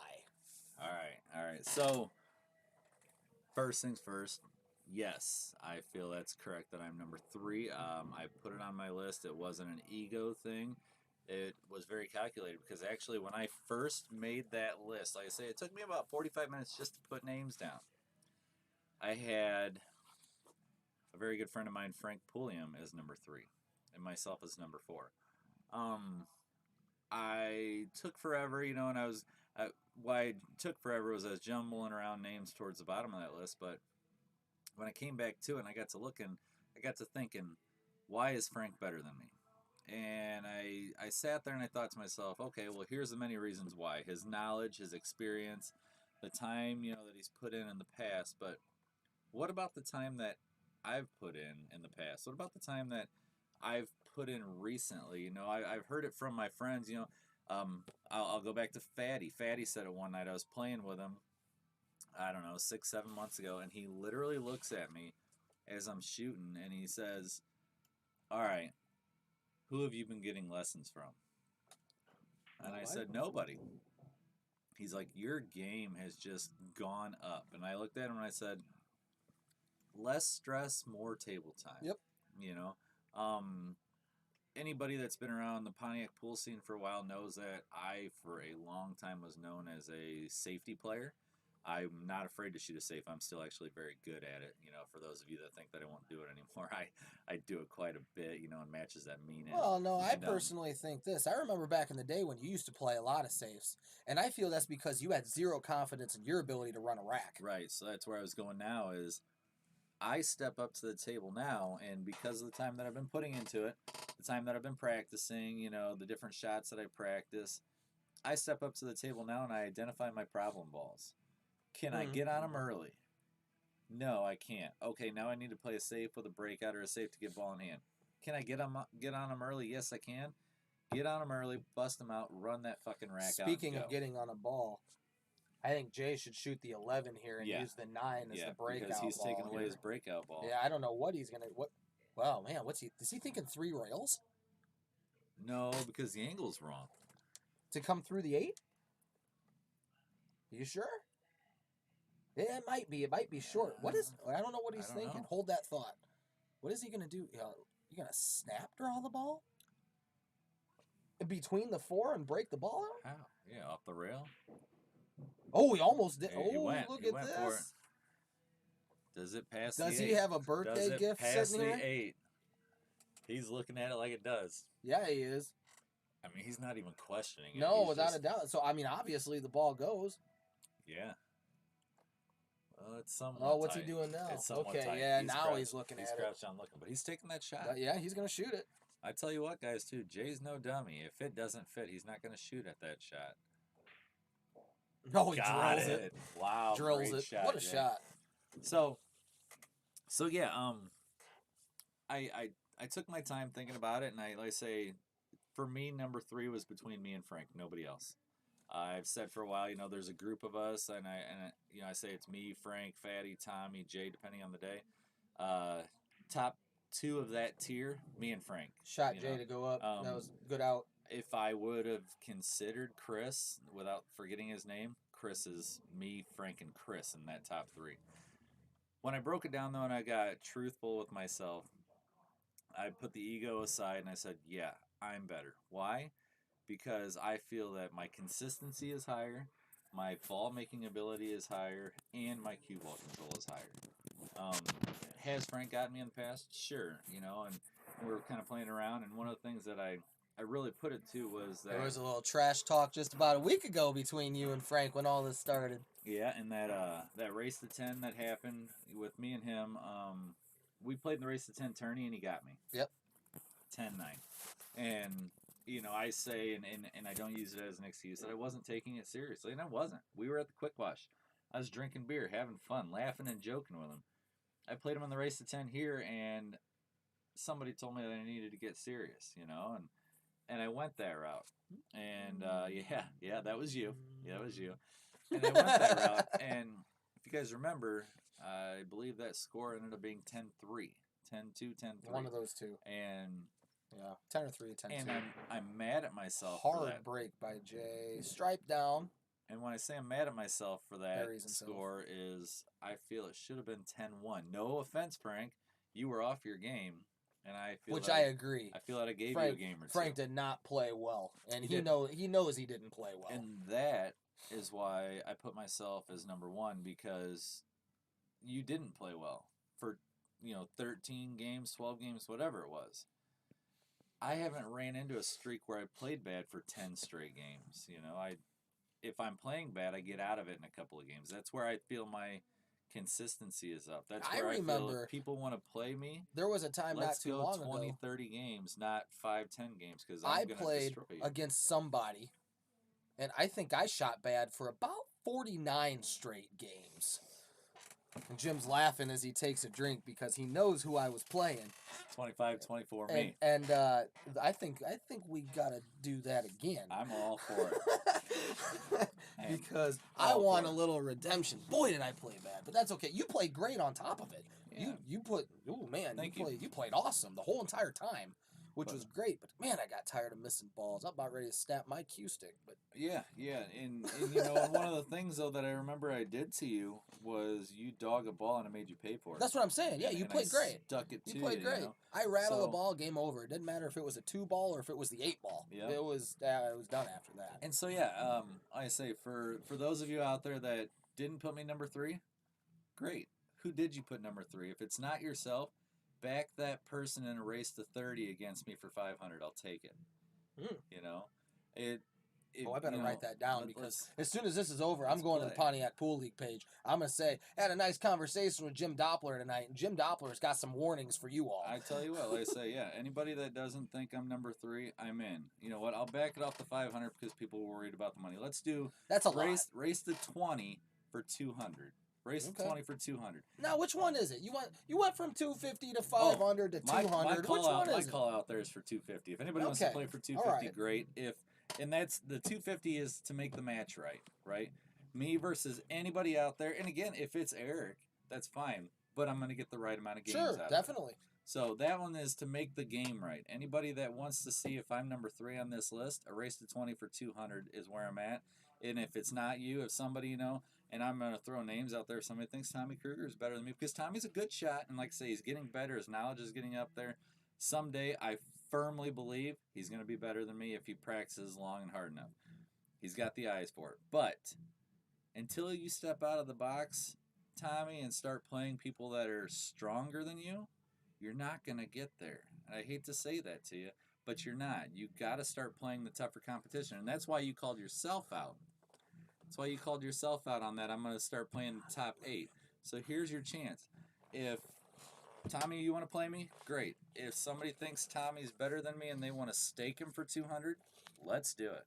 I'm all for it. Now, can I make a suggestion to this? Yeah.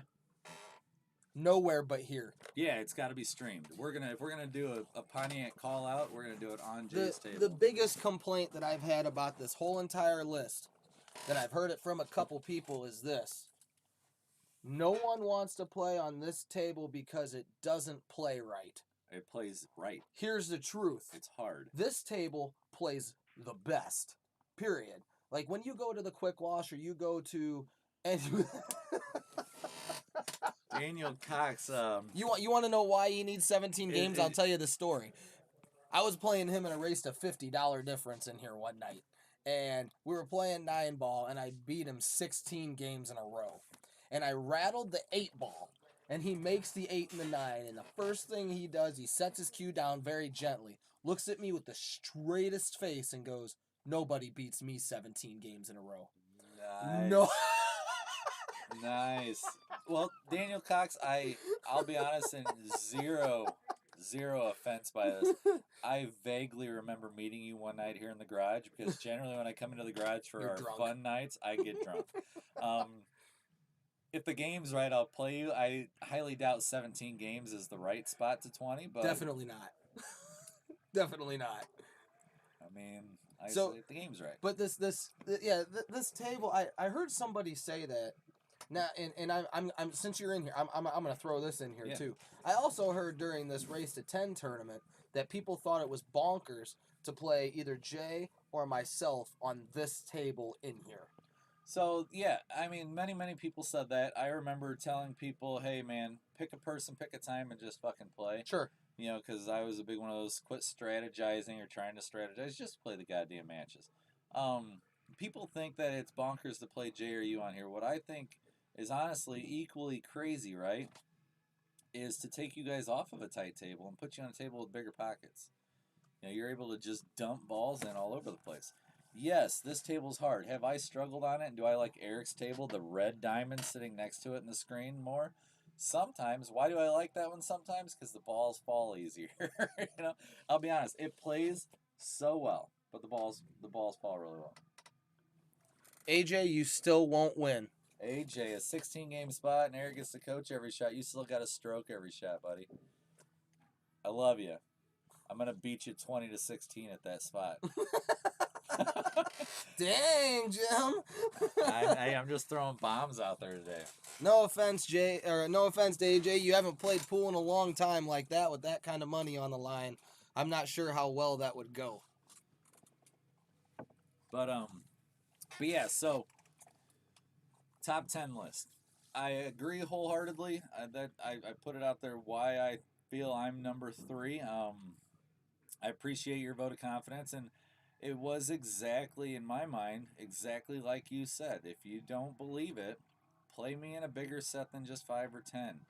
You know? And play where it means something. You know, I've been on your ass a long time about playing for $5 and $10. Yep. And the big thing is, like, if I come at you and I tell you I want to play a race at 20 for $5, you know what game you're going to get from me. Yeah. I have no idea what game I'm going to get from you. Because I'm going to play you just as hard for $5 as I will for $500. Right. You know, I've always, because I don't like to lose. Yep.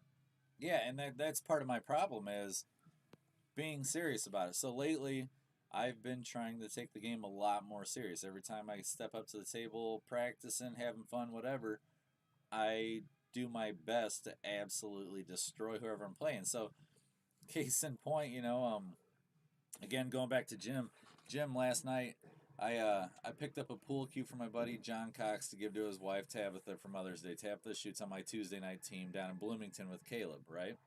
She's been using one of my cues. So she wanted one, so I picked one up from Jim for John to give to her. Take it over there. He gives it to her early. We go up to the Quick Wash, right? So me and Tabitha are playing on one table, and at first I felt sort of bad, but I know that she'd be pissed at me if I let her win. Mm-hmm. I throttled her over and over and over because she's a newer player, and that's nothing to do with, you know, the fact that I'm that much better. I mean, No, I don't know Tabitha that well. Is she a newer player, or is she a newer player as in she's player. played in the bar, you know, or whatever the case? Yep. She's one of, okay, so she's not a newer player as in she's never picked up a cue stick in her life. Right, but she's never picked up a cue stick and actually tried. Okay, fair. So fair.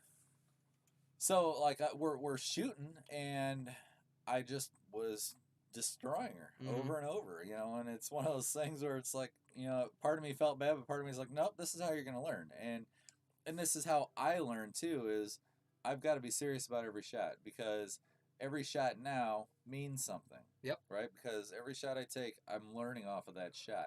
Because if I get up there now, and it's in my head now that if I get up there and I don't take it serious and I miss that shot, what did I just teach myself for muscle memory? Truth. To fuck off and not worry about it. I've been calling that about the last 6 weeks. I've been any person that I've been teaching, I've been really trying to bury this into their head. That's called purposeful practice. You got to go in there with an intent to do something. If you don't have an intent to do anything, don't play. Yep. Don't do it. That's exactly it. That's exactly it. So I'm with you. I like you said, for anybody that doesn't believe I'm number 3, come get it. Slow bounce. He needs the slow bounce to stand a chance. Uh-oh. I don't think that was slow enough. Come and get it. I'm ready to play, ready to take your money. Oh boy, man! Strong words from Jim Doppler. That's awesome. That's good to hear. Yeah. Now, but the big thing is I asked you this for 2 reasons. One, I wanted to hear your honest opinion. Number 2, I want to know if it lights a fire under anybody else. I'm hoping it does. Like I say, it took me a while to be honest with myself and figure out why I felt I was better, and why. Like I say, at first I didn't, and then I really thought about it. But I for too long now have Jay put myself. Should shoot this, I think, with some high left. High left. Yeah, go 2 come rails, around 2 rails. Right out center table. Yeah, great shot. He just played high, but it'll get there.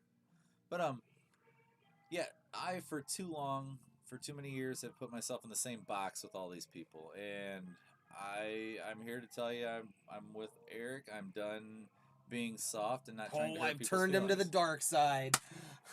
Finally. I'm done. Finally. I'm nice done shot, trying Jay. to not hurt feelings. I'm here to hurt feelings. That's right. I'm here to let people know I am. Hold up. I am number 3, and I am gonna attempt. It's not about hurting feelings. And I've told you this before. I've told Adam. I've told Frank. I've told Tommy. I've told Jay. I mean, the 5 of you guys have been going on with this now for at least 2 years. There's a group of at least us. 2 That's what years. we've said for a while. And the point is, don't get me wrong. I said hurt each other's feelings. But the biggest piece is, how are all of you going to get better if you are okay with the same? Being the same. Yes, that's exactly right. And we're not. I agree. And that's where it sunk in that night that I was at Quick Wash, and you guys hit me with all this, and I was like, man, he's really right. How am I ever going to consider myself better than them unless I stop saying there's a group of us, and I start saying, you know what? Sure, I may get beat by them one night, I may beat them one night, but consistently, I should win that match. I mean, I remember before Doug was still the better player when I started thinking like this, and I thought to myself, if someone asked me, "That a boy, 3 balls, almost working on 4, park that cue ball in the center." That's what I'm talking. Did you hear that? I could hear that. That sounded like thunder in here. Zero problems. I remember people were asking me, are a couple things. Are you better than Doug? And then someone from around my area might ask, okay, who's the best player in your area? And I would answer it the same way every time. If the first question came up, it was, Doug's better than me, but not for long. Yep. Or number 2 is, Doug and I play equal, but not for long. Yeah. I always said that. I always put myself in a category. I never settled. Right. And I always wanted to be the best. Yep. And yes, in my little pond, I admit it. It is a little pond without a doubt. But at the same time too, I had what really sparked this whole discussion for me was a comment that I heard, and I really don't want to say it on air, but there was a comment that I heard, and it was directed towards me. And you know what? I guess I kind of will put it out there. Pretty much saying that if I played other players outside of this town, how good I could really be. And it's like, so you're putting us down. There's 2 things. First off, you're putting my friends down, who I know for a fact probably play more pool than a lot of people. Now, at the same time, though, I've turned you to the dark side. Now, I haven't turned everybody yet. If we get everybody with that killer mentality, I mean, like I'm honest, where now my goal on a pool table isn't just to hurt feelings and embarrass people. But my goal, like if I play, no offense to anybody out there, but if I play Frank, if I play Jay, if I play Tommy, if I play anybody that everybody might consider to be in that group with me, I'm mad if I'm not 10-0 on them. That's where I want to be. Well, I mean, should be hitting I'm and killing I'm them every I'm, single I'm day. mad that I don't 10-0 you. I'm actually mad that I don't 10-0 Jeff Sargent. Yeah. I mean, don't get me wrong. Jeff's still a stronger Yeah. player than I am. Yeah. But at the same time, when you're in that competitive edge, you got to go for the jugular. Yeah. So I'm in. Like I mentioned earlier, I no longer do all the saves. I'll do them if I have to, but when I step up to a table, if I've broken and made a ball, I feel like I should be out of that rack. Yeah. As long as I have a shot on a ball. It doesn't matter if it's stripes or solids, what's tied up afterwards. As long as I can pocket a ball right now, I feel like I should be able to navigate my way through a rack. And there is a time and a place, though, to where you got to register. There ain't no way I'm getting out of this rack. And that's where you get smart. Way. And you get smart early. You don't run 5-6 balls off the table and go for a safe. I wonder why Jay drew that ball. All you had to do is stop it. Yeah, just stop it and shoot the one in the corner pocket. Now he's got to play this up and down off the rail and play it just right. He's got to shoot a decent shot here. I got a bunch of people messaging me. Oh, man.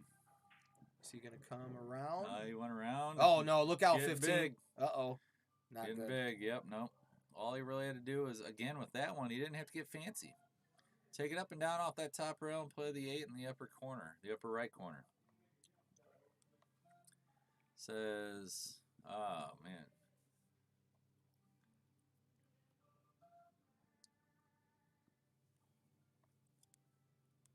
Yeah, that will happen. Still a 3. Sorry, that's Doug Timmerman, by the way. Oh. Yeah. Oh. That will happen. Still a 3. Yeah. Jay shoots the jump. Makes contact, which is about all he could ask for at that point. I want to make sure that the score is still right. Yep, 10-6. So yeah, and I tell you what, right now, who I'm slowly turning to the dark side is the guy who's playing Troy right now. It's good. He needs it. He's I'm gonna kind of call him out, but it is what it is. But he mentioned that as soon as I posted that, he made the comment to me in this garage. He's like, I'm not even getting involved in that. And I looked at him. I said, that's your problem. Should. You need to get involved in that. So that's what's going to happen. You got to make a list. When I started, I made a list. When I was in Odell, and you've been to Rentz's before. Yep. In Rentz's Tap in Odell, Illinois, where I grew up playing, there is a plaque on the wall in the bar.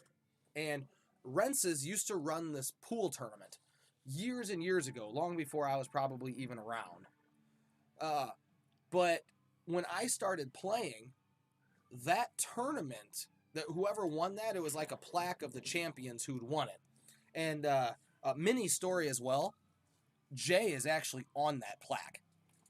And years later, it come to find out that him and I are really good friends. But I didn't know who Jay was at that time. I was 17, 18 years old. Young. But yeah. I took those players, the people that I knew, because I went to school with their kids. Mm-hmm. Chuck Fogarty, Tony Noonan, even Danny Rentz. I went to school with Ashley and Erica. I went to school with Brittany. Tony's kids are younger than mine, but I went to school with all those kids, and so I knew them. As soon as I would walk in there on a Friday night, and they'd be sitting at a bar, and I'd tap them on the shoulder, play me, please. But it was that purpose because you're obviously good. Right. I need to be better than you. Right. Absolutely. And then once I figured out who everybody was, there was only one guy that I just couldn't find, and it was Jay. So I'm like, okay, well, he doesn't live here. Now I got to go somewhere else. Right. So I came to Pontiac. Yep. And then I was rudely awakened by Rob Shepard. Yeah. Rob used to be a beast. People don't realize it. Rob was good. And we played in a bowling alley, and this nice shot, Jay. Nice shot, up. 10-7. Cue ball. Don't up. It ain't. Don't stand a chance.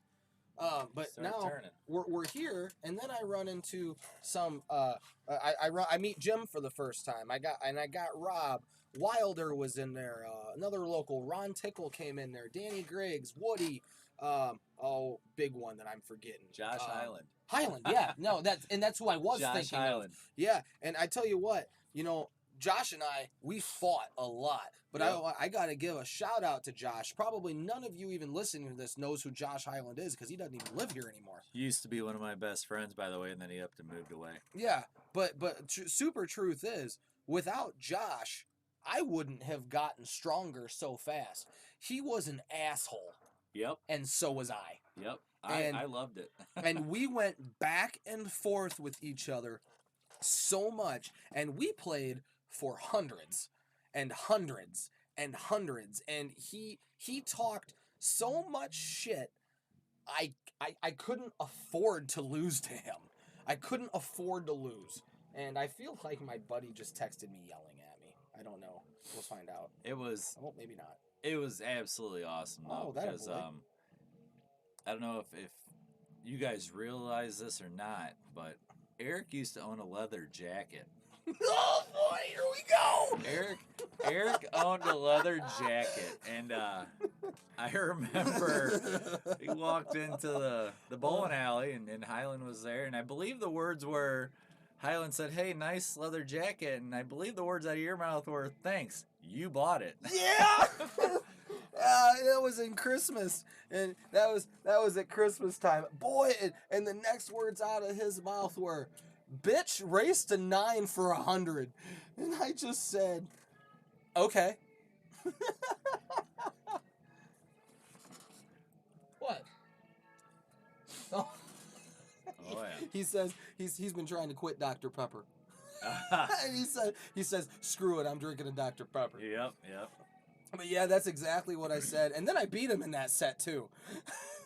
But no, we were assholes to each other without a doubt. And you know what? To be totally honest though, we both deserved it.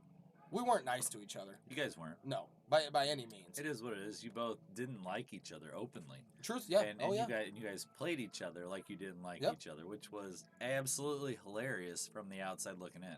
But truth be told, that was great. Oh, yeah. Was going. That great. Holy smokes. Get you fired up to play. It does, absolutely. Like I say, and that's part of what these lists have done, I feel, is it's gotten people really, really fired up, wanting to be like, well, why do you think so-and-so's better? Why do you think this? Why do you think that? I have no idea what AJ, what are you talking about? AJ, you said, "No, Dop, what are you doing?" Oh, it must be about the jacket, I bet. Oh. But, yeah, so I say the lists and wait a minute. I didn't register another Carwyle was on that list. Ricky, we gotta play sometime, bud. Yeah. I got another name I need to check off that list. Oh, you'll be here tomorrow. You know what? I'm gonna rig the bracket to where I draw you first round. Nice. But yeah, and like I said though, those lists aren't all inclusive. Those lists are who I would stake money on generally over and over and over, in my opinion, right? But what I will tell you, I believe I put Jay as number 6 or number 7. And regardless of how he's played on this stream this last month, Jay playing 8-ball beats so many people in this town, and they just don't want to believe it. If you don't believe it, come on in here. You guys can tell, he's willing to throw weight if it's needed. He's willing to, play you heads up if that's right, and he's not afraid to gamble. Much like myself, only people seem to dodge me anymore. He's not afraid to gamble, and it seems like people aren't afraid to play him. So bust out your wallets. Oh, boy. Come out here and prove to yourselves that you can beat Jay if you guys think you're better than he is. You smell that? It starts to smell like shit in here. Getting a little sour. But, yeah, I don't know. I feel like, a fire's been lit in the entire pool community. Oh, okay. I read that wrong, Ricky. So you're talking Jay's grandfather is this your wife's your wife's dad?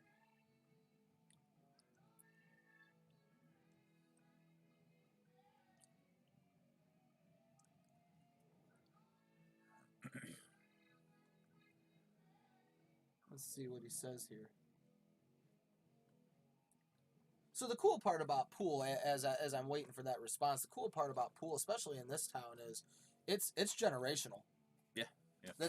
It's a small enough town to where you're gonna have a grandfather, a father, and a son potentially playing the same sport. And that's pretty sweet, Ricky. What's awesome the way you say that is I remember when Jay and his dad owned the bar Custer's Last Stand, and I played pool on their 9-man team, and Jay remembers it vividly because there was multiple times where I had my dad subbing with us, and he had his dad subbing with us. God, so what an experience that me and my dad, Jay and his dad, and 5 others, sure. But us and our dads shooting pool together. It was absolutely phenomenal. It was so much fun. Those were the good days. I never got to do that with my dad, but I did get to do it with George. Yep. But yep. I did get to do it with my brother.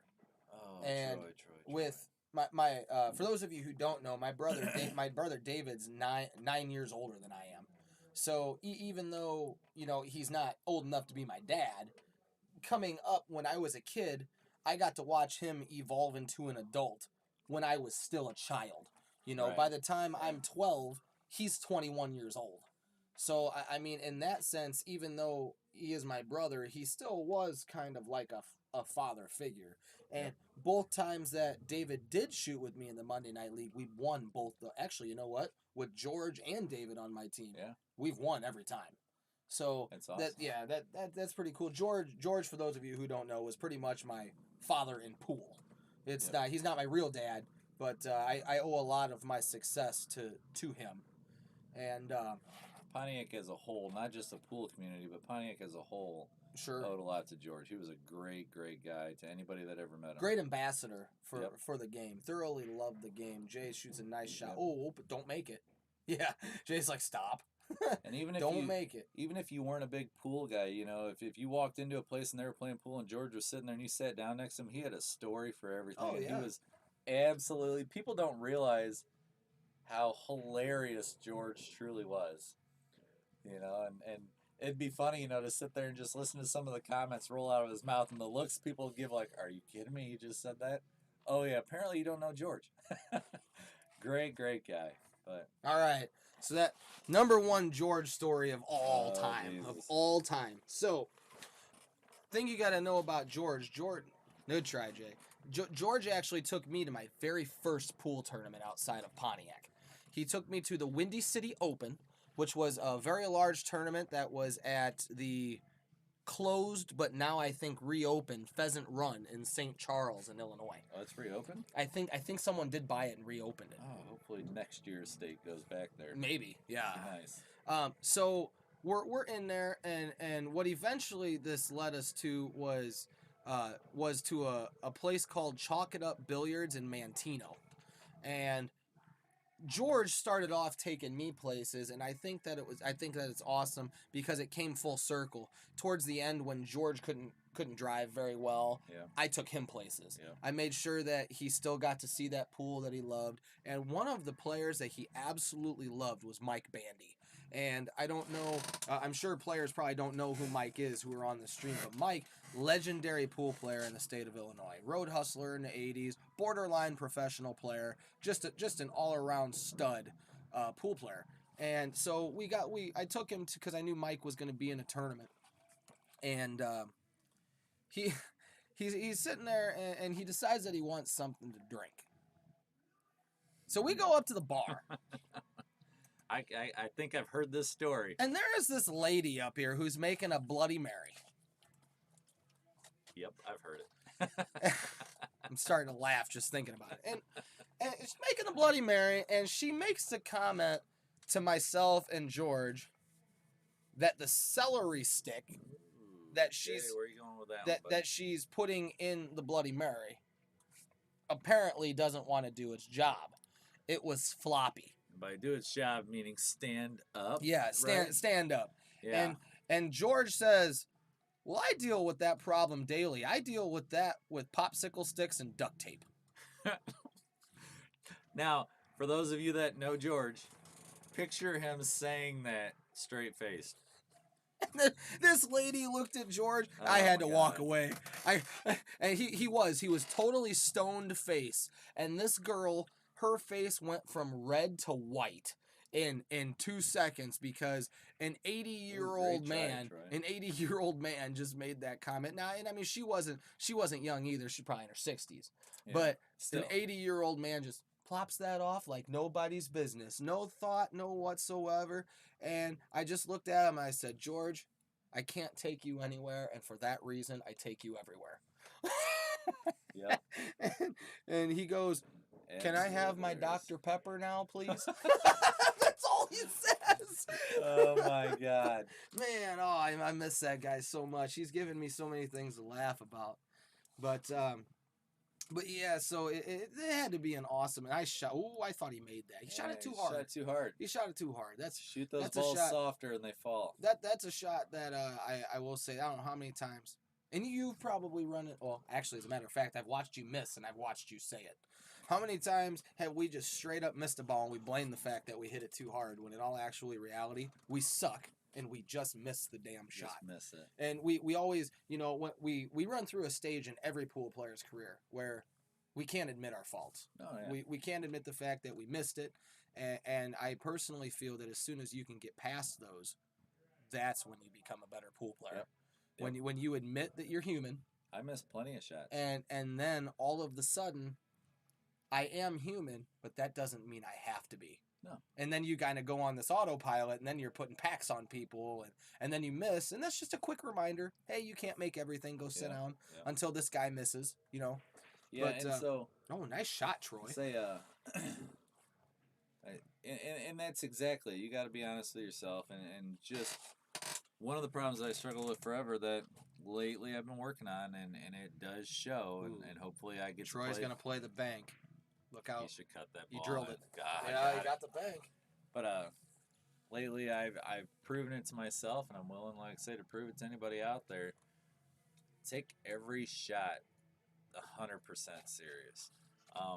I say shoot every ball like it's the eighth. I did that in Bloomington League a few weeks back. Last session, APA, which is whatever. I'm not a fan of APA, but I generally don't slap balls in anyway, so it doesn't really change the way I play. Last session I played a guy, Tom Boo, and he got me. 5-4, race to 5. And it was just one of those nights I'm in there having a good time, not caring about shit, whatever. So this session rolls around. We're getting ready to play his team. They win the coin toss. Tom, out of nowhere, throws himself up. Caleb's captain of our team. He just kind of looks at me, and he's like, you're up. And I'm like, yup. So I walk up to the table and tell Tom good luck. And he's like, it's 5-4 last time. Let's see what it is this time. And I just looked at him and I said, 5-0, Tom. It's going to be me. And I think I ran 3 racks on him out of that. And I think I actually beat him 5-4. And the 2 games that I didn't run, one of them I played a lot of safes. It was a safety battle. And the other one, I think I played 1 safe and then ran out the rack after that. It's time, I say now, that I'm just going to take the game seriously and see where it goes. I mean, does that mean that I'm going to go out and play every tournament under the sun? No. I still didn't go to some tournaments. I didn't go to Indiana State, and that was, a choice, not because I couldn't, but because I didn't want to. I mean, there's still things I'm not going to do. I'm not going to go play as much as some people, but when I do play, I'm going to be serious because that's where I'm at now. I need to be serious. Otherwise, what am I playing for? To not get any better? Because that's what happened for too long. Put myself in that bubble of saying I'm just as good as these people, but not any better. I am better. And I know that for myself, and I'm willing to prove it. Awesome. So, with that being said, hopefully we start to see these little numbers down here by your name sooner than later. I got a 1-0 right now, and I've had people dodge me, so I'd like to make that number go up. See if people want to play. So when we talk about these lists, so we can actually, I had an idea, and what I had, which is kind of what I was talking about in the beginning, I mentioned that I'd been a wrestling fan my entire life, and back in the 90s. Are we getting a belt? Okay. Let's not talk about that right now. I was gonna say you got one, don't you? Yeah, I do, but let's just say, let's not talk about that right now. Okay. Okay. Let's not talk about because that you can right do a now. tag team championship in there too, man, I with could. the doubles. Yes. So, Nice. Anyways, out of that. so we in the 90s, wrestling used to have this big list, big list, and I mean a list of like 35 wrestlers, and they called it the power rank. Now, I mean, there is still something like that, but they don't mention it as much. And Right. literally, what the power rank really was keeping score, how many times of your win-loss record, and then you move up the ranks based on your win-loss record, working to well, it is still now, but at that time anyway, with this list, the Intercontinental Championship. Uh-huh. And then when you were the Intercontinental Champion there for about 6 years, you were the number one contender for the world title. Yes. And that's what that meant. You held this belt because you are the best outside of one guy.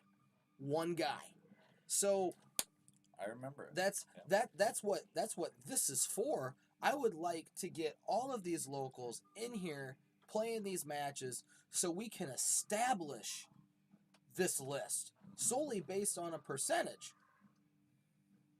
No, Ricky, we will not. Absolutely not, Ricky. If No, I draw without a you, doubt. I'm going to attempt to blank you just like everybody else. Yeah, for sure. If I draw you, my goal is 6-0.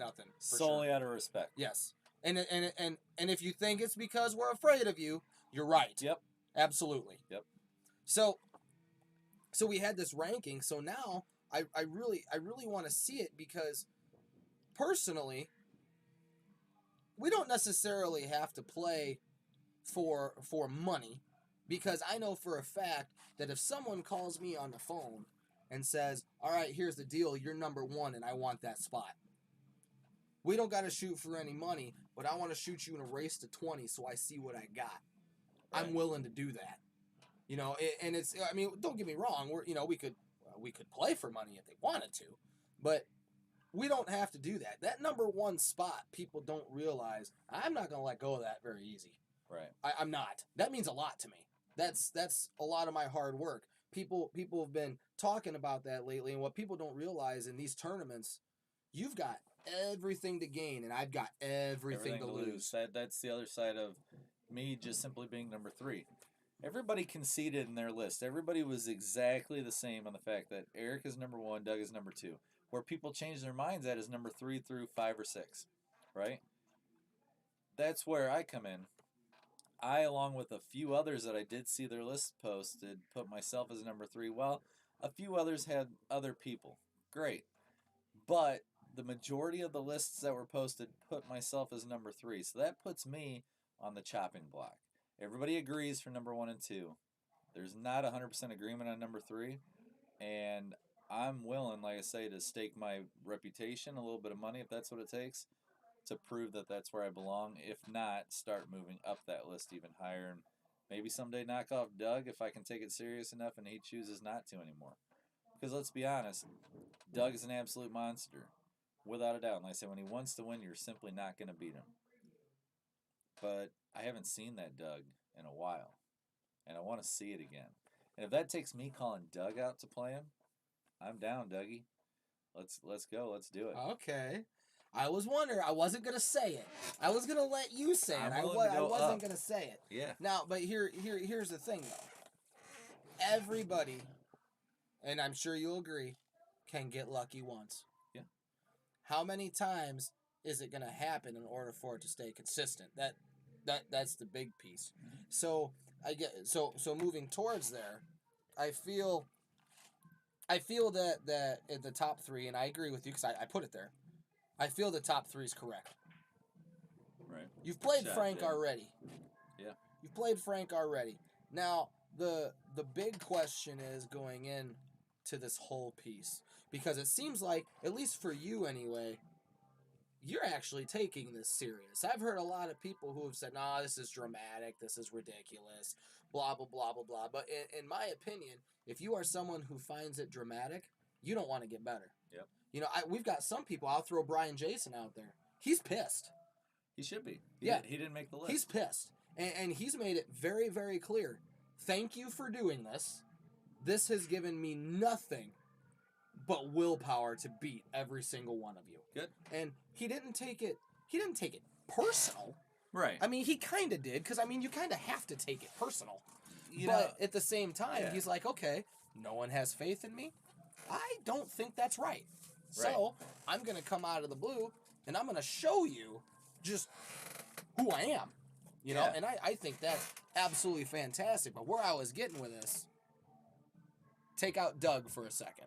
Because I know for a fact Doug's probably not watching this, for one. No, okay, not. And number two, anytime Doug wants to play, all you got to do is text him. Yep. That's it. Yeah. You know, Doug doesn't really look for action around here anymore, No. and neither do I.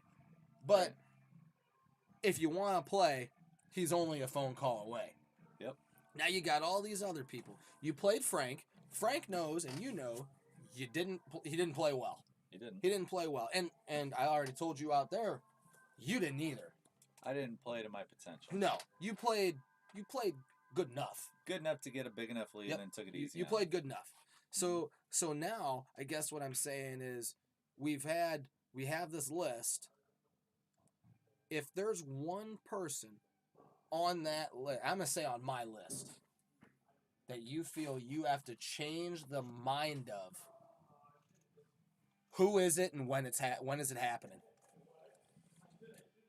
That I have to change the mind of.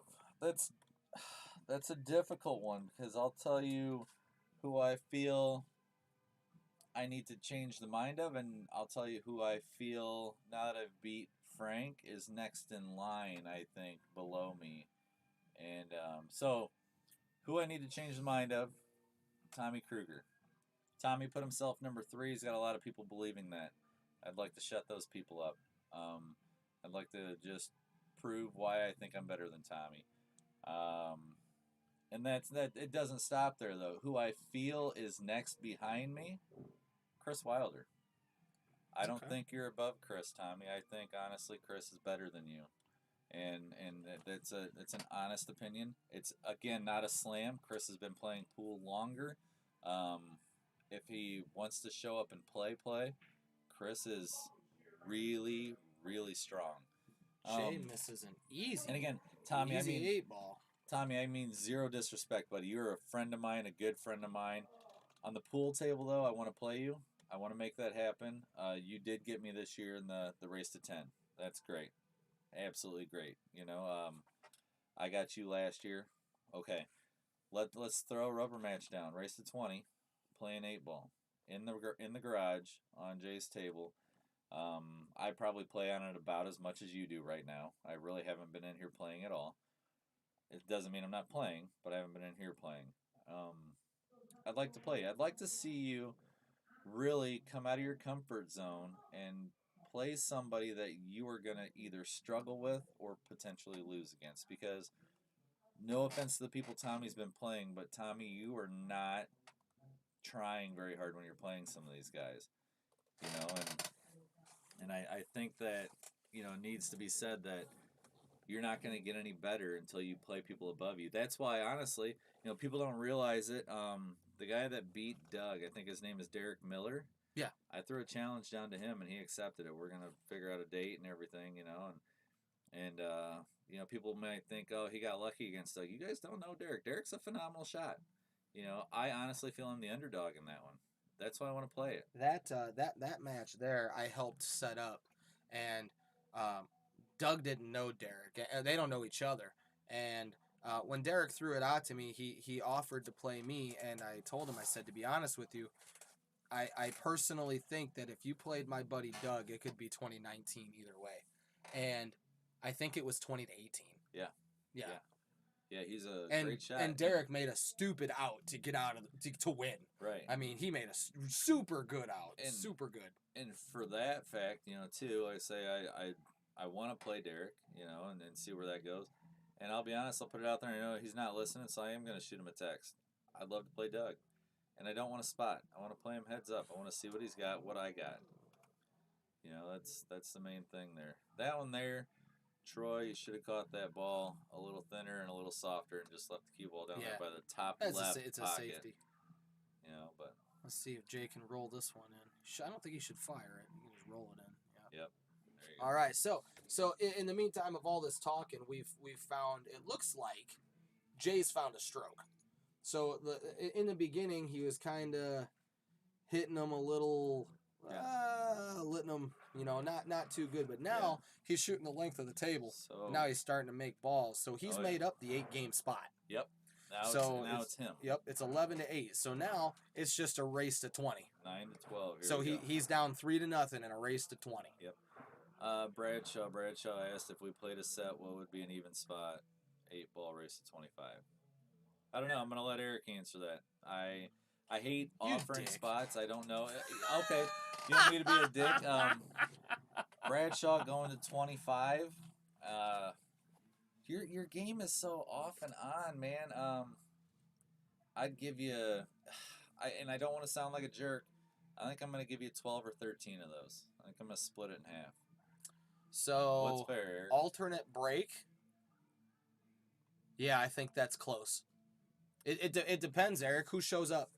Which Bradshaw are we gonna get? Yeah, because I've seen you run racks. Yep. I mean, if you play calm and collected, I think you need 12. I'm gonna kind of be blunt with you because I always am. If you play like a jerk, you need 16.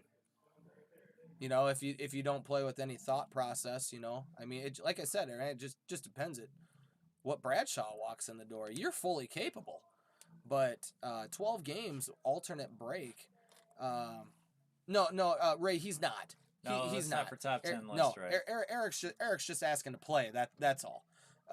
I really do feel that it just probably 12 games. I tell you what, I'll give a shout out to Eric. Eric's also one of those guys. I like Eric and I like Troy. Yeah. They want to play, they're willing to play. Yep, they want to play, they're willing to play, and they want to get better. That's the truth. Eric reminds me a lot of me. I was willing to do absolutely anything. Pick the top dog in the yard and lose money to him all day, all night, just to know that I could get better. Yep. And there are a lot of people in this town that just see that as stupid. And I think that is absolutely insane. Oh, no. That's a bad roll. Okay. Super good shot. Can he thin off the 10 with low inside spin, hit off the 3? I think he's going to try it. Hit off the 3 and make the 14. Go at the 14. Oh, never mind. Shoot past it. Yeah, okay. Whoa. Never mind. Well, we're going. Oh, there you go. No, he's got the 10. He's got a shot at it. Yeah, I don't know. But I can't remember. Can he punch over to where the 15 ball goes by the 7? That would be a hell of a shot. He's got to hit that so hard and get the cube on the top a little. Maybe not. I got to remember this camera. I don't think he has to hit it as hard as it looks. It'll pass. Yeah, he's got plenty of angle, I think. Yeah, oh, yeah, he just rolled it up. Uh-oh. Yeah, he's got the wrong angle here. He's got the wrong angle. But, yeah, I just think that is absolutely crazy. People, and this just doesn't just go for Pontiac. This goes all over now. Due to the fact that we have invented handicap tournaments, nobody who's anybody wants to pay their dues anymore. Nope. They won't go to a tournament unless they have a chance. I think I was one of the last people in my generation to experience no handicap tournaments. Yep. So like you've lived in that generation. So you've seen it evolve. But for me, I'm like one of the last people with my age and my experience to remember what a no handicap tournament really was. Walking in and getting your ass handed to just you. Walking in the door and getting beat up. Yep. And that doesn't happen anymore. Why would I want to do that? Why would I just want to go donate my money? Folks, just because you suck. That's why you want to go donate your money. Better. Period. Yes. And I mean, there's some awesome tournaments right now, and I'm not gonna sit here and tell you that I'm not the same way. There's a tournament getting ready to be played at Racks on the Rocks next weekend that I withdrew from purposely because there are professionals in that tournament. Oh wow. Yeah. I openly admit that. Now, don't get me wrong. I have a baby shower that same day. My baby shower is next weekend. But one of the reasons why I withdrew is because I know at my current ability, if I come across Warren Kiamko, I'm getting my ass beat. Yeah. And And for those of you who don't really know me, I just became a master player probably 6 months ago. I didn't realize that. Are you actually on the master list? No. Okay. But I am going to tournaments now, and people are playing me as one. Gotcha. So, which is fine. I've Yeah. always wanted to be one. Yeah. I think that's fine. I don't take any offense to it. Right. But now, if I just openly admit to myself that I've become a master player 6 months ago, I'm not ready to walk in the door and pay $80 to $90 to $100 to get my ass whooped by a professional who's been playing professional pool for 30 years. Right. I'm not there yet. I do want to be able to have a chance. I'm not saying Josh handicapped the tournament. Yeah. What I'm saying is I'll enter when I'm ready. When you're ready. That's just what it is. Yep. I know my place. I don't need a spot. I just won't play. I had one pop up on my phone just a little while ago today, and I don't remember exactly where it was. I think it was Downers Grove. But it probably was Q. It was a 6 and under high roller tournament. I think it was like $100 entry. $125 probably. Yeah, 6 and under, $120, $125 entry. And I looked at it for a second. I kid you not, right? Like, I'm a 6, and I accept that. But I looked at it, and I sat there, and I'm like, yes. And then I got to thinking, I'm like, no, I'm not ready to jump into a high roller tourney. Because, yeah, am I going to beat half that field? Sure. But there's going to be some strong 6s out there that are currently playing a lot of tournaments and ready for that type of action that are probably just going to walk all over. Mm-hmm. You know, hey, one of those things, too, and I don't know if he's watching or not. I see we got 10 viewers. I'm going to make a call out because a game that I actually want more than Tommy. Oh, I think I know who this is. More than Wilder. More than anybody out there. And I don't think that people might even think about it. I'm going to let Eric guess. I want to guess. Go ahead. Brandon DePatie. Brandon DePatie. I knew it! Boom! I knew it! I want you in a race to 20 bucks. Yes! We can play it for a simple $100 even because I'm going to play you the hardest game I've ever played. Why? Because your game has gone up skyrocketed so incredibly much that I want to be the guy that takes you down a notch. Oh. If I can. And that's solely out of respect, man. Me and you, I mean, I'm on a text thread with you and Bobby Maxon. We're joking around all the time, shooting the shit. I want to play you straight up because there's people out here in the Pontiac world that say I beat you. There's people that say I don't stand a chance. I want to see where we're at. I think it's going to be actually really close. I really do. And if I'm serious with myself, I've got to play my best game to beat you. And I don't know what your game is right now because I haven't seen you play, but all I've heard lately is DePatie. I want to stop that. I want to be... DePatie played Doppler. What happened? You want to be DePatie pooper. See what I did there? Yeah, because Brandon DePatie in our text thread became Brandon DePoniac when he spanked Tommy Kruger. Whoa. Yeah. And we'll be right back after these messages from Binford Tools. Woo! But and we're back. Okay. Yeah, so our text thread, he became Brandon DePoniac. And I think that Tommy wants that game back too. He wants that match back as well. Wait a minute. But Hold on. Time out. I want him first. Wait a minute. Brandon DePoniac. I take that personally. Yeah. Right? I take that personally. I don't make the names in this group. Okay? I just laugh at them and move on. I take that personally because when I moved back to Pontiac, I went up to Tommy jokingly, but very politely, and said, "Thank you for keeping my seat warm. You have two options. You can give it back, or I'm going to take it back. One way or the other." And then we played a race at 20, and I did play very well. And to be honest with you, I think Tommy had something going on. He was texting a lot. It happens. And that was the same thing with you, too. There. You were there, too. I've been there with Tom. No, I mean you with me. Yeah. When we played that race at 20, you had a lot going on, and I respect that. Yep. That was right in the middle of a sour moment in my life. I wish, Troy, you got to buckle down here, man, because Jay's giving you opportunities. He's running out, and he's leaving you the 8. All you got to do, have some confidence, bro. Have some confidence. Fire the 5 ball in the hole. Stroke it. Stop the cue ball. Shoot the 2. Go after the 7. Just stop the ball. Just stroke it. Oh man, lucky little kick. But he's moving around, you know. Yeah, and I mean, and Troy, we've talked about this before. Stay still, man. You moved during your stroke, during the shot. That's why you missed it. You were moving to the left while it was going on. So, Brandon DePoniak. I'm going to have a talk with DePoniak here after a while. Jay makes a great bank.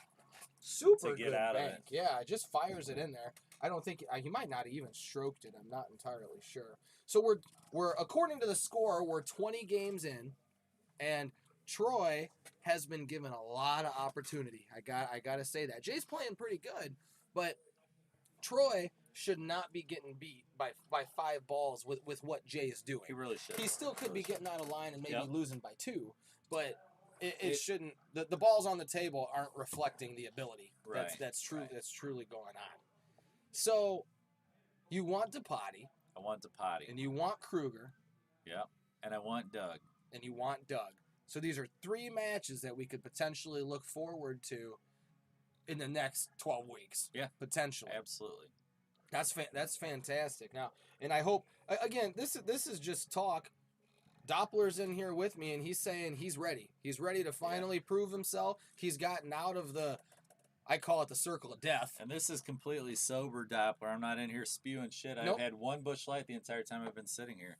And, Yep. and yeah, I'm ready to do it. I'm ready to play. I'm ready to get out there and prove myself and play some strong, good pool and potentially, hopefully, get better in the process. So I haven't perfected it yet, but since we're talking about these lists and we're talking about you doing that, I want to bounce an idea off of you. You know the movie Mortal Kombat?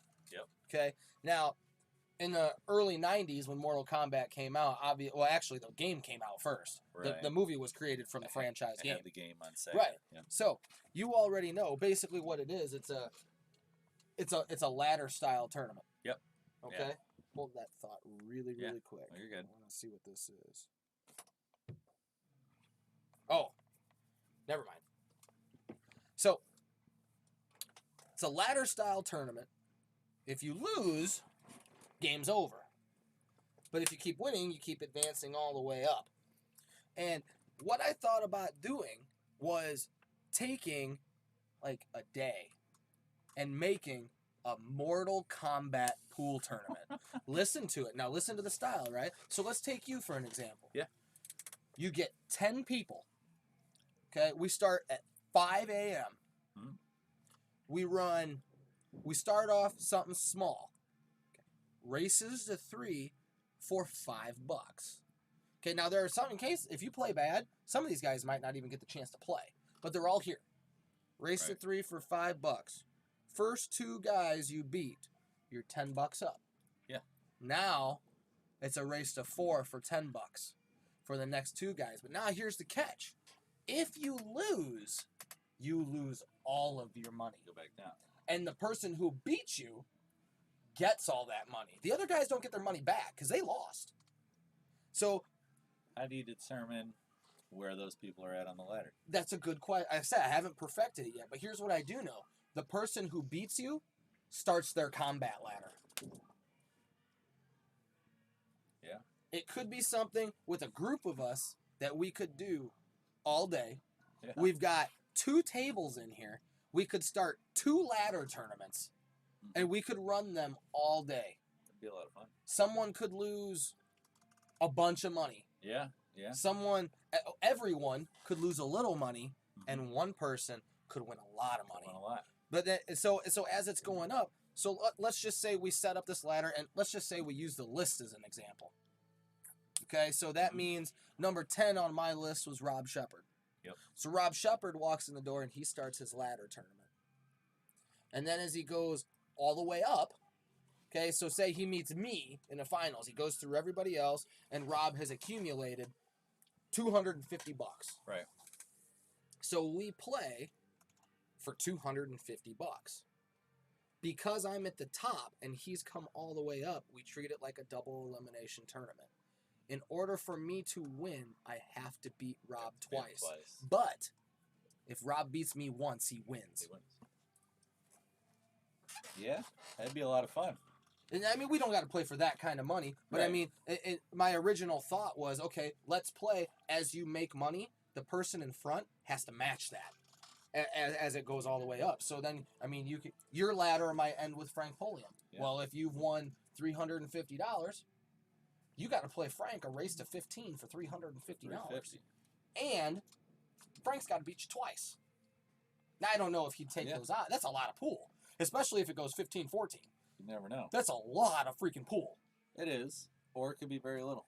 You're absolutely right. I always think of the what if. Mm-hmm. You know, I mean, but now we run into potentially 2 days. Because you might have to come back on Sunday and play Frank in both those sets, which we could do that as well. You make the ladder tournament, whoever's in the finals plays the top of your ladder. The very next day, right in here, a race to whatever for whatever that person has made. That's a good shot, Troy. So, or you could take like half the money and walk, but the other half sits in a pot. Okay. And it grows. And it grows if you choose to do so. I wouldn't walk. But who? Well, but here's the truth though. Who's the pansy that's gonna walk? And I say that. Who's the pansy that's gonna walk? You have the choice. But I look at it like you played all that pool, and you mean to tell me you're not gonna play one more set for it all? You're gonna walk away? I'm not. I'm not walking. That's kind of how I look at it. But I've been trying to find a way to perfect it, and the only way that I could potentially do it is the list. Yeah. But now, not just the top 10. I'd have to find a ranking. Great shot, Troy. I've told you that I was going to do this before. I just haven't finished it yet because I lost a lot of the scores, but I did find them. Create a ranking for all of Pontiac and go by games directly related to the Sunday Pool League. Okay. And then find the people who stack up from all the years that I have run the Sunday League. Okay. Now, but due to notability, myself's number 1 and Doug's number 2. I'll take that. But then after that, create something so that way, why am I number 25? Well, you've played in my Sunday League for 10 years and your number comes out to this. Mm-hmm. I've got dead proof that's the reason why you're number 25. Yeah.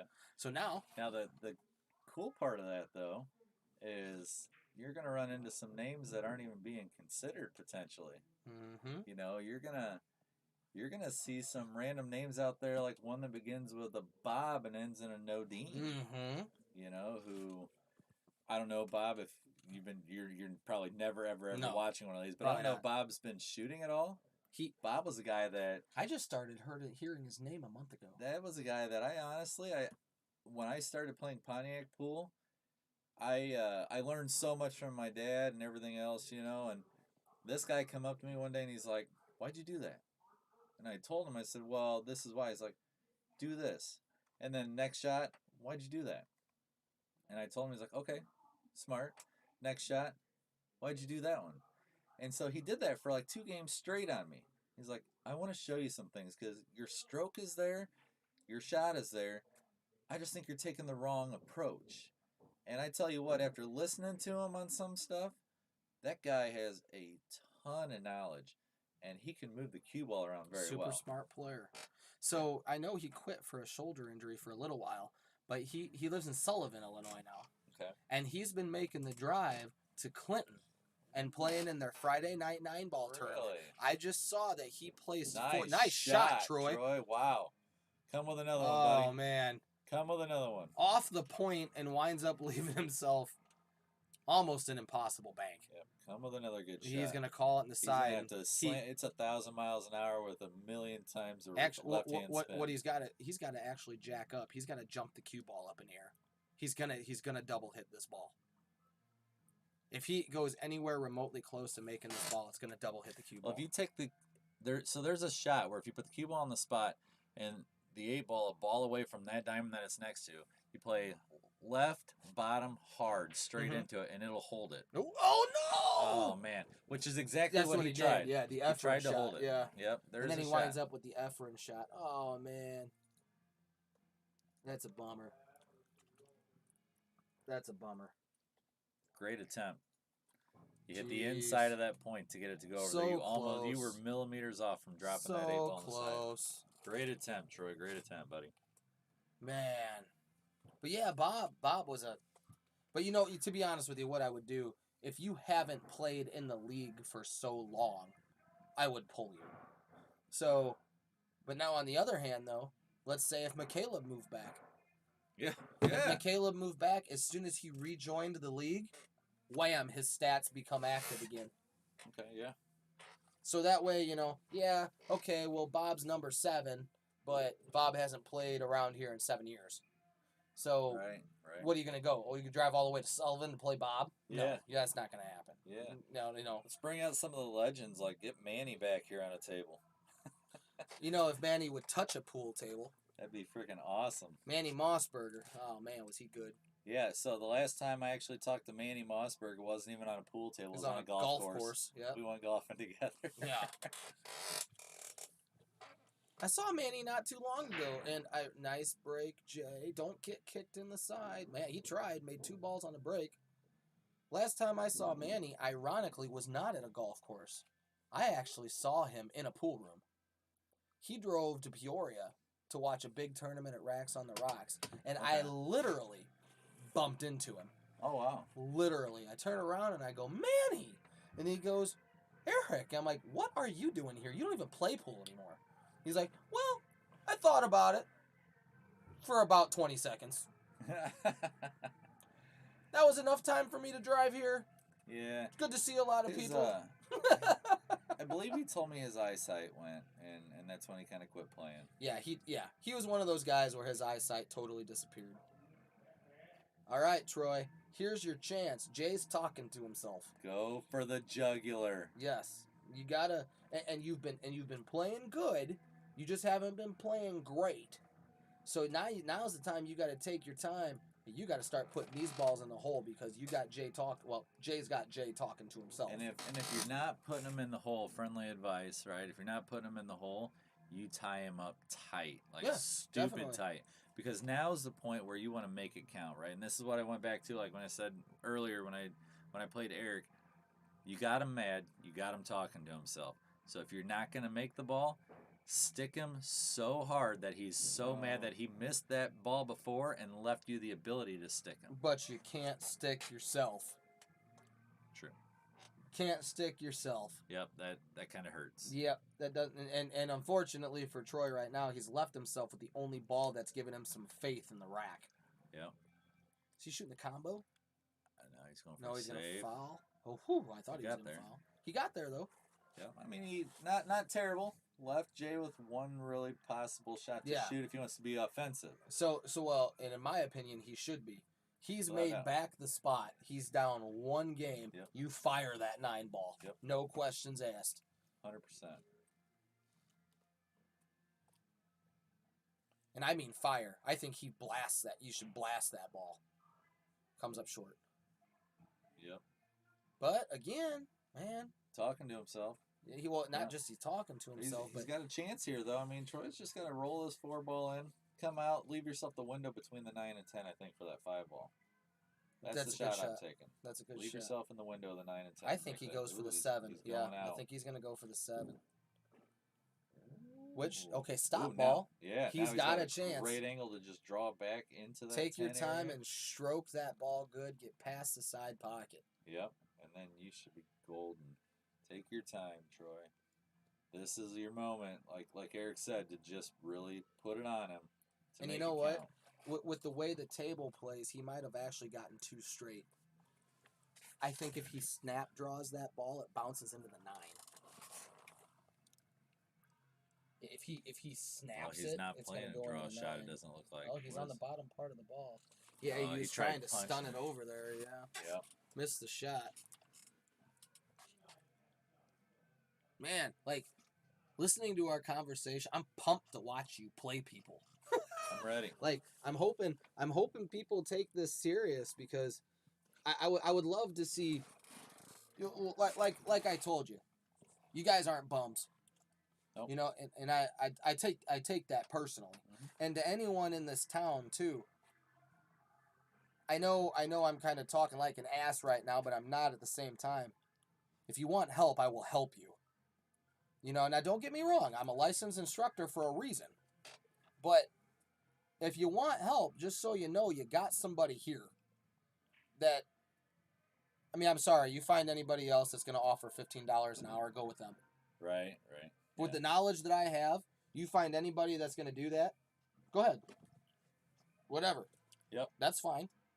But I'm kind of out of the market for freebies because I had to pay for this info. Right.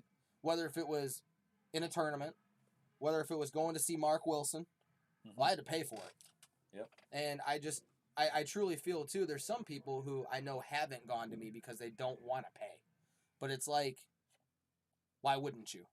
If you come up to me and say I want your help and I'm willing to pay you $20 an hour to do it, the way I look at it is you're dead nuts serious because you're investing in me.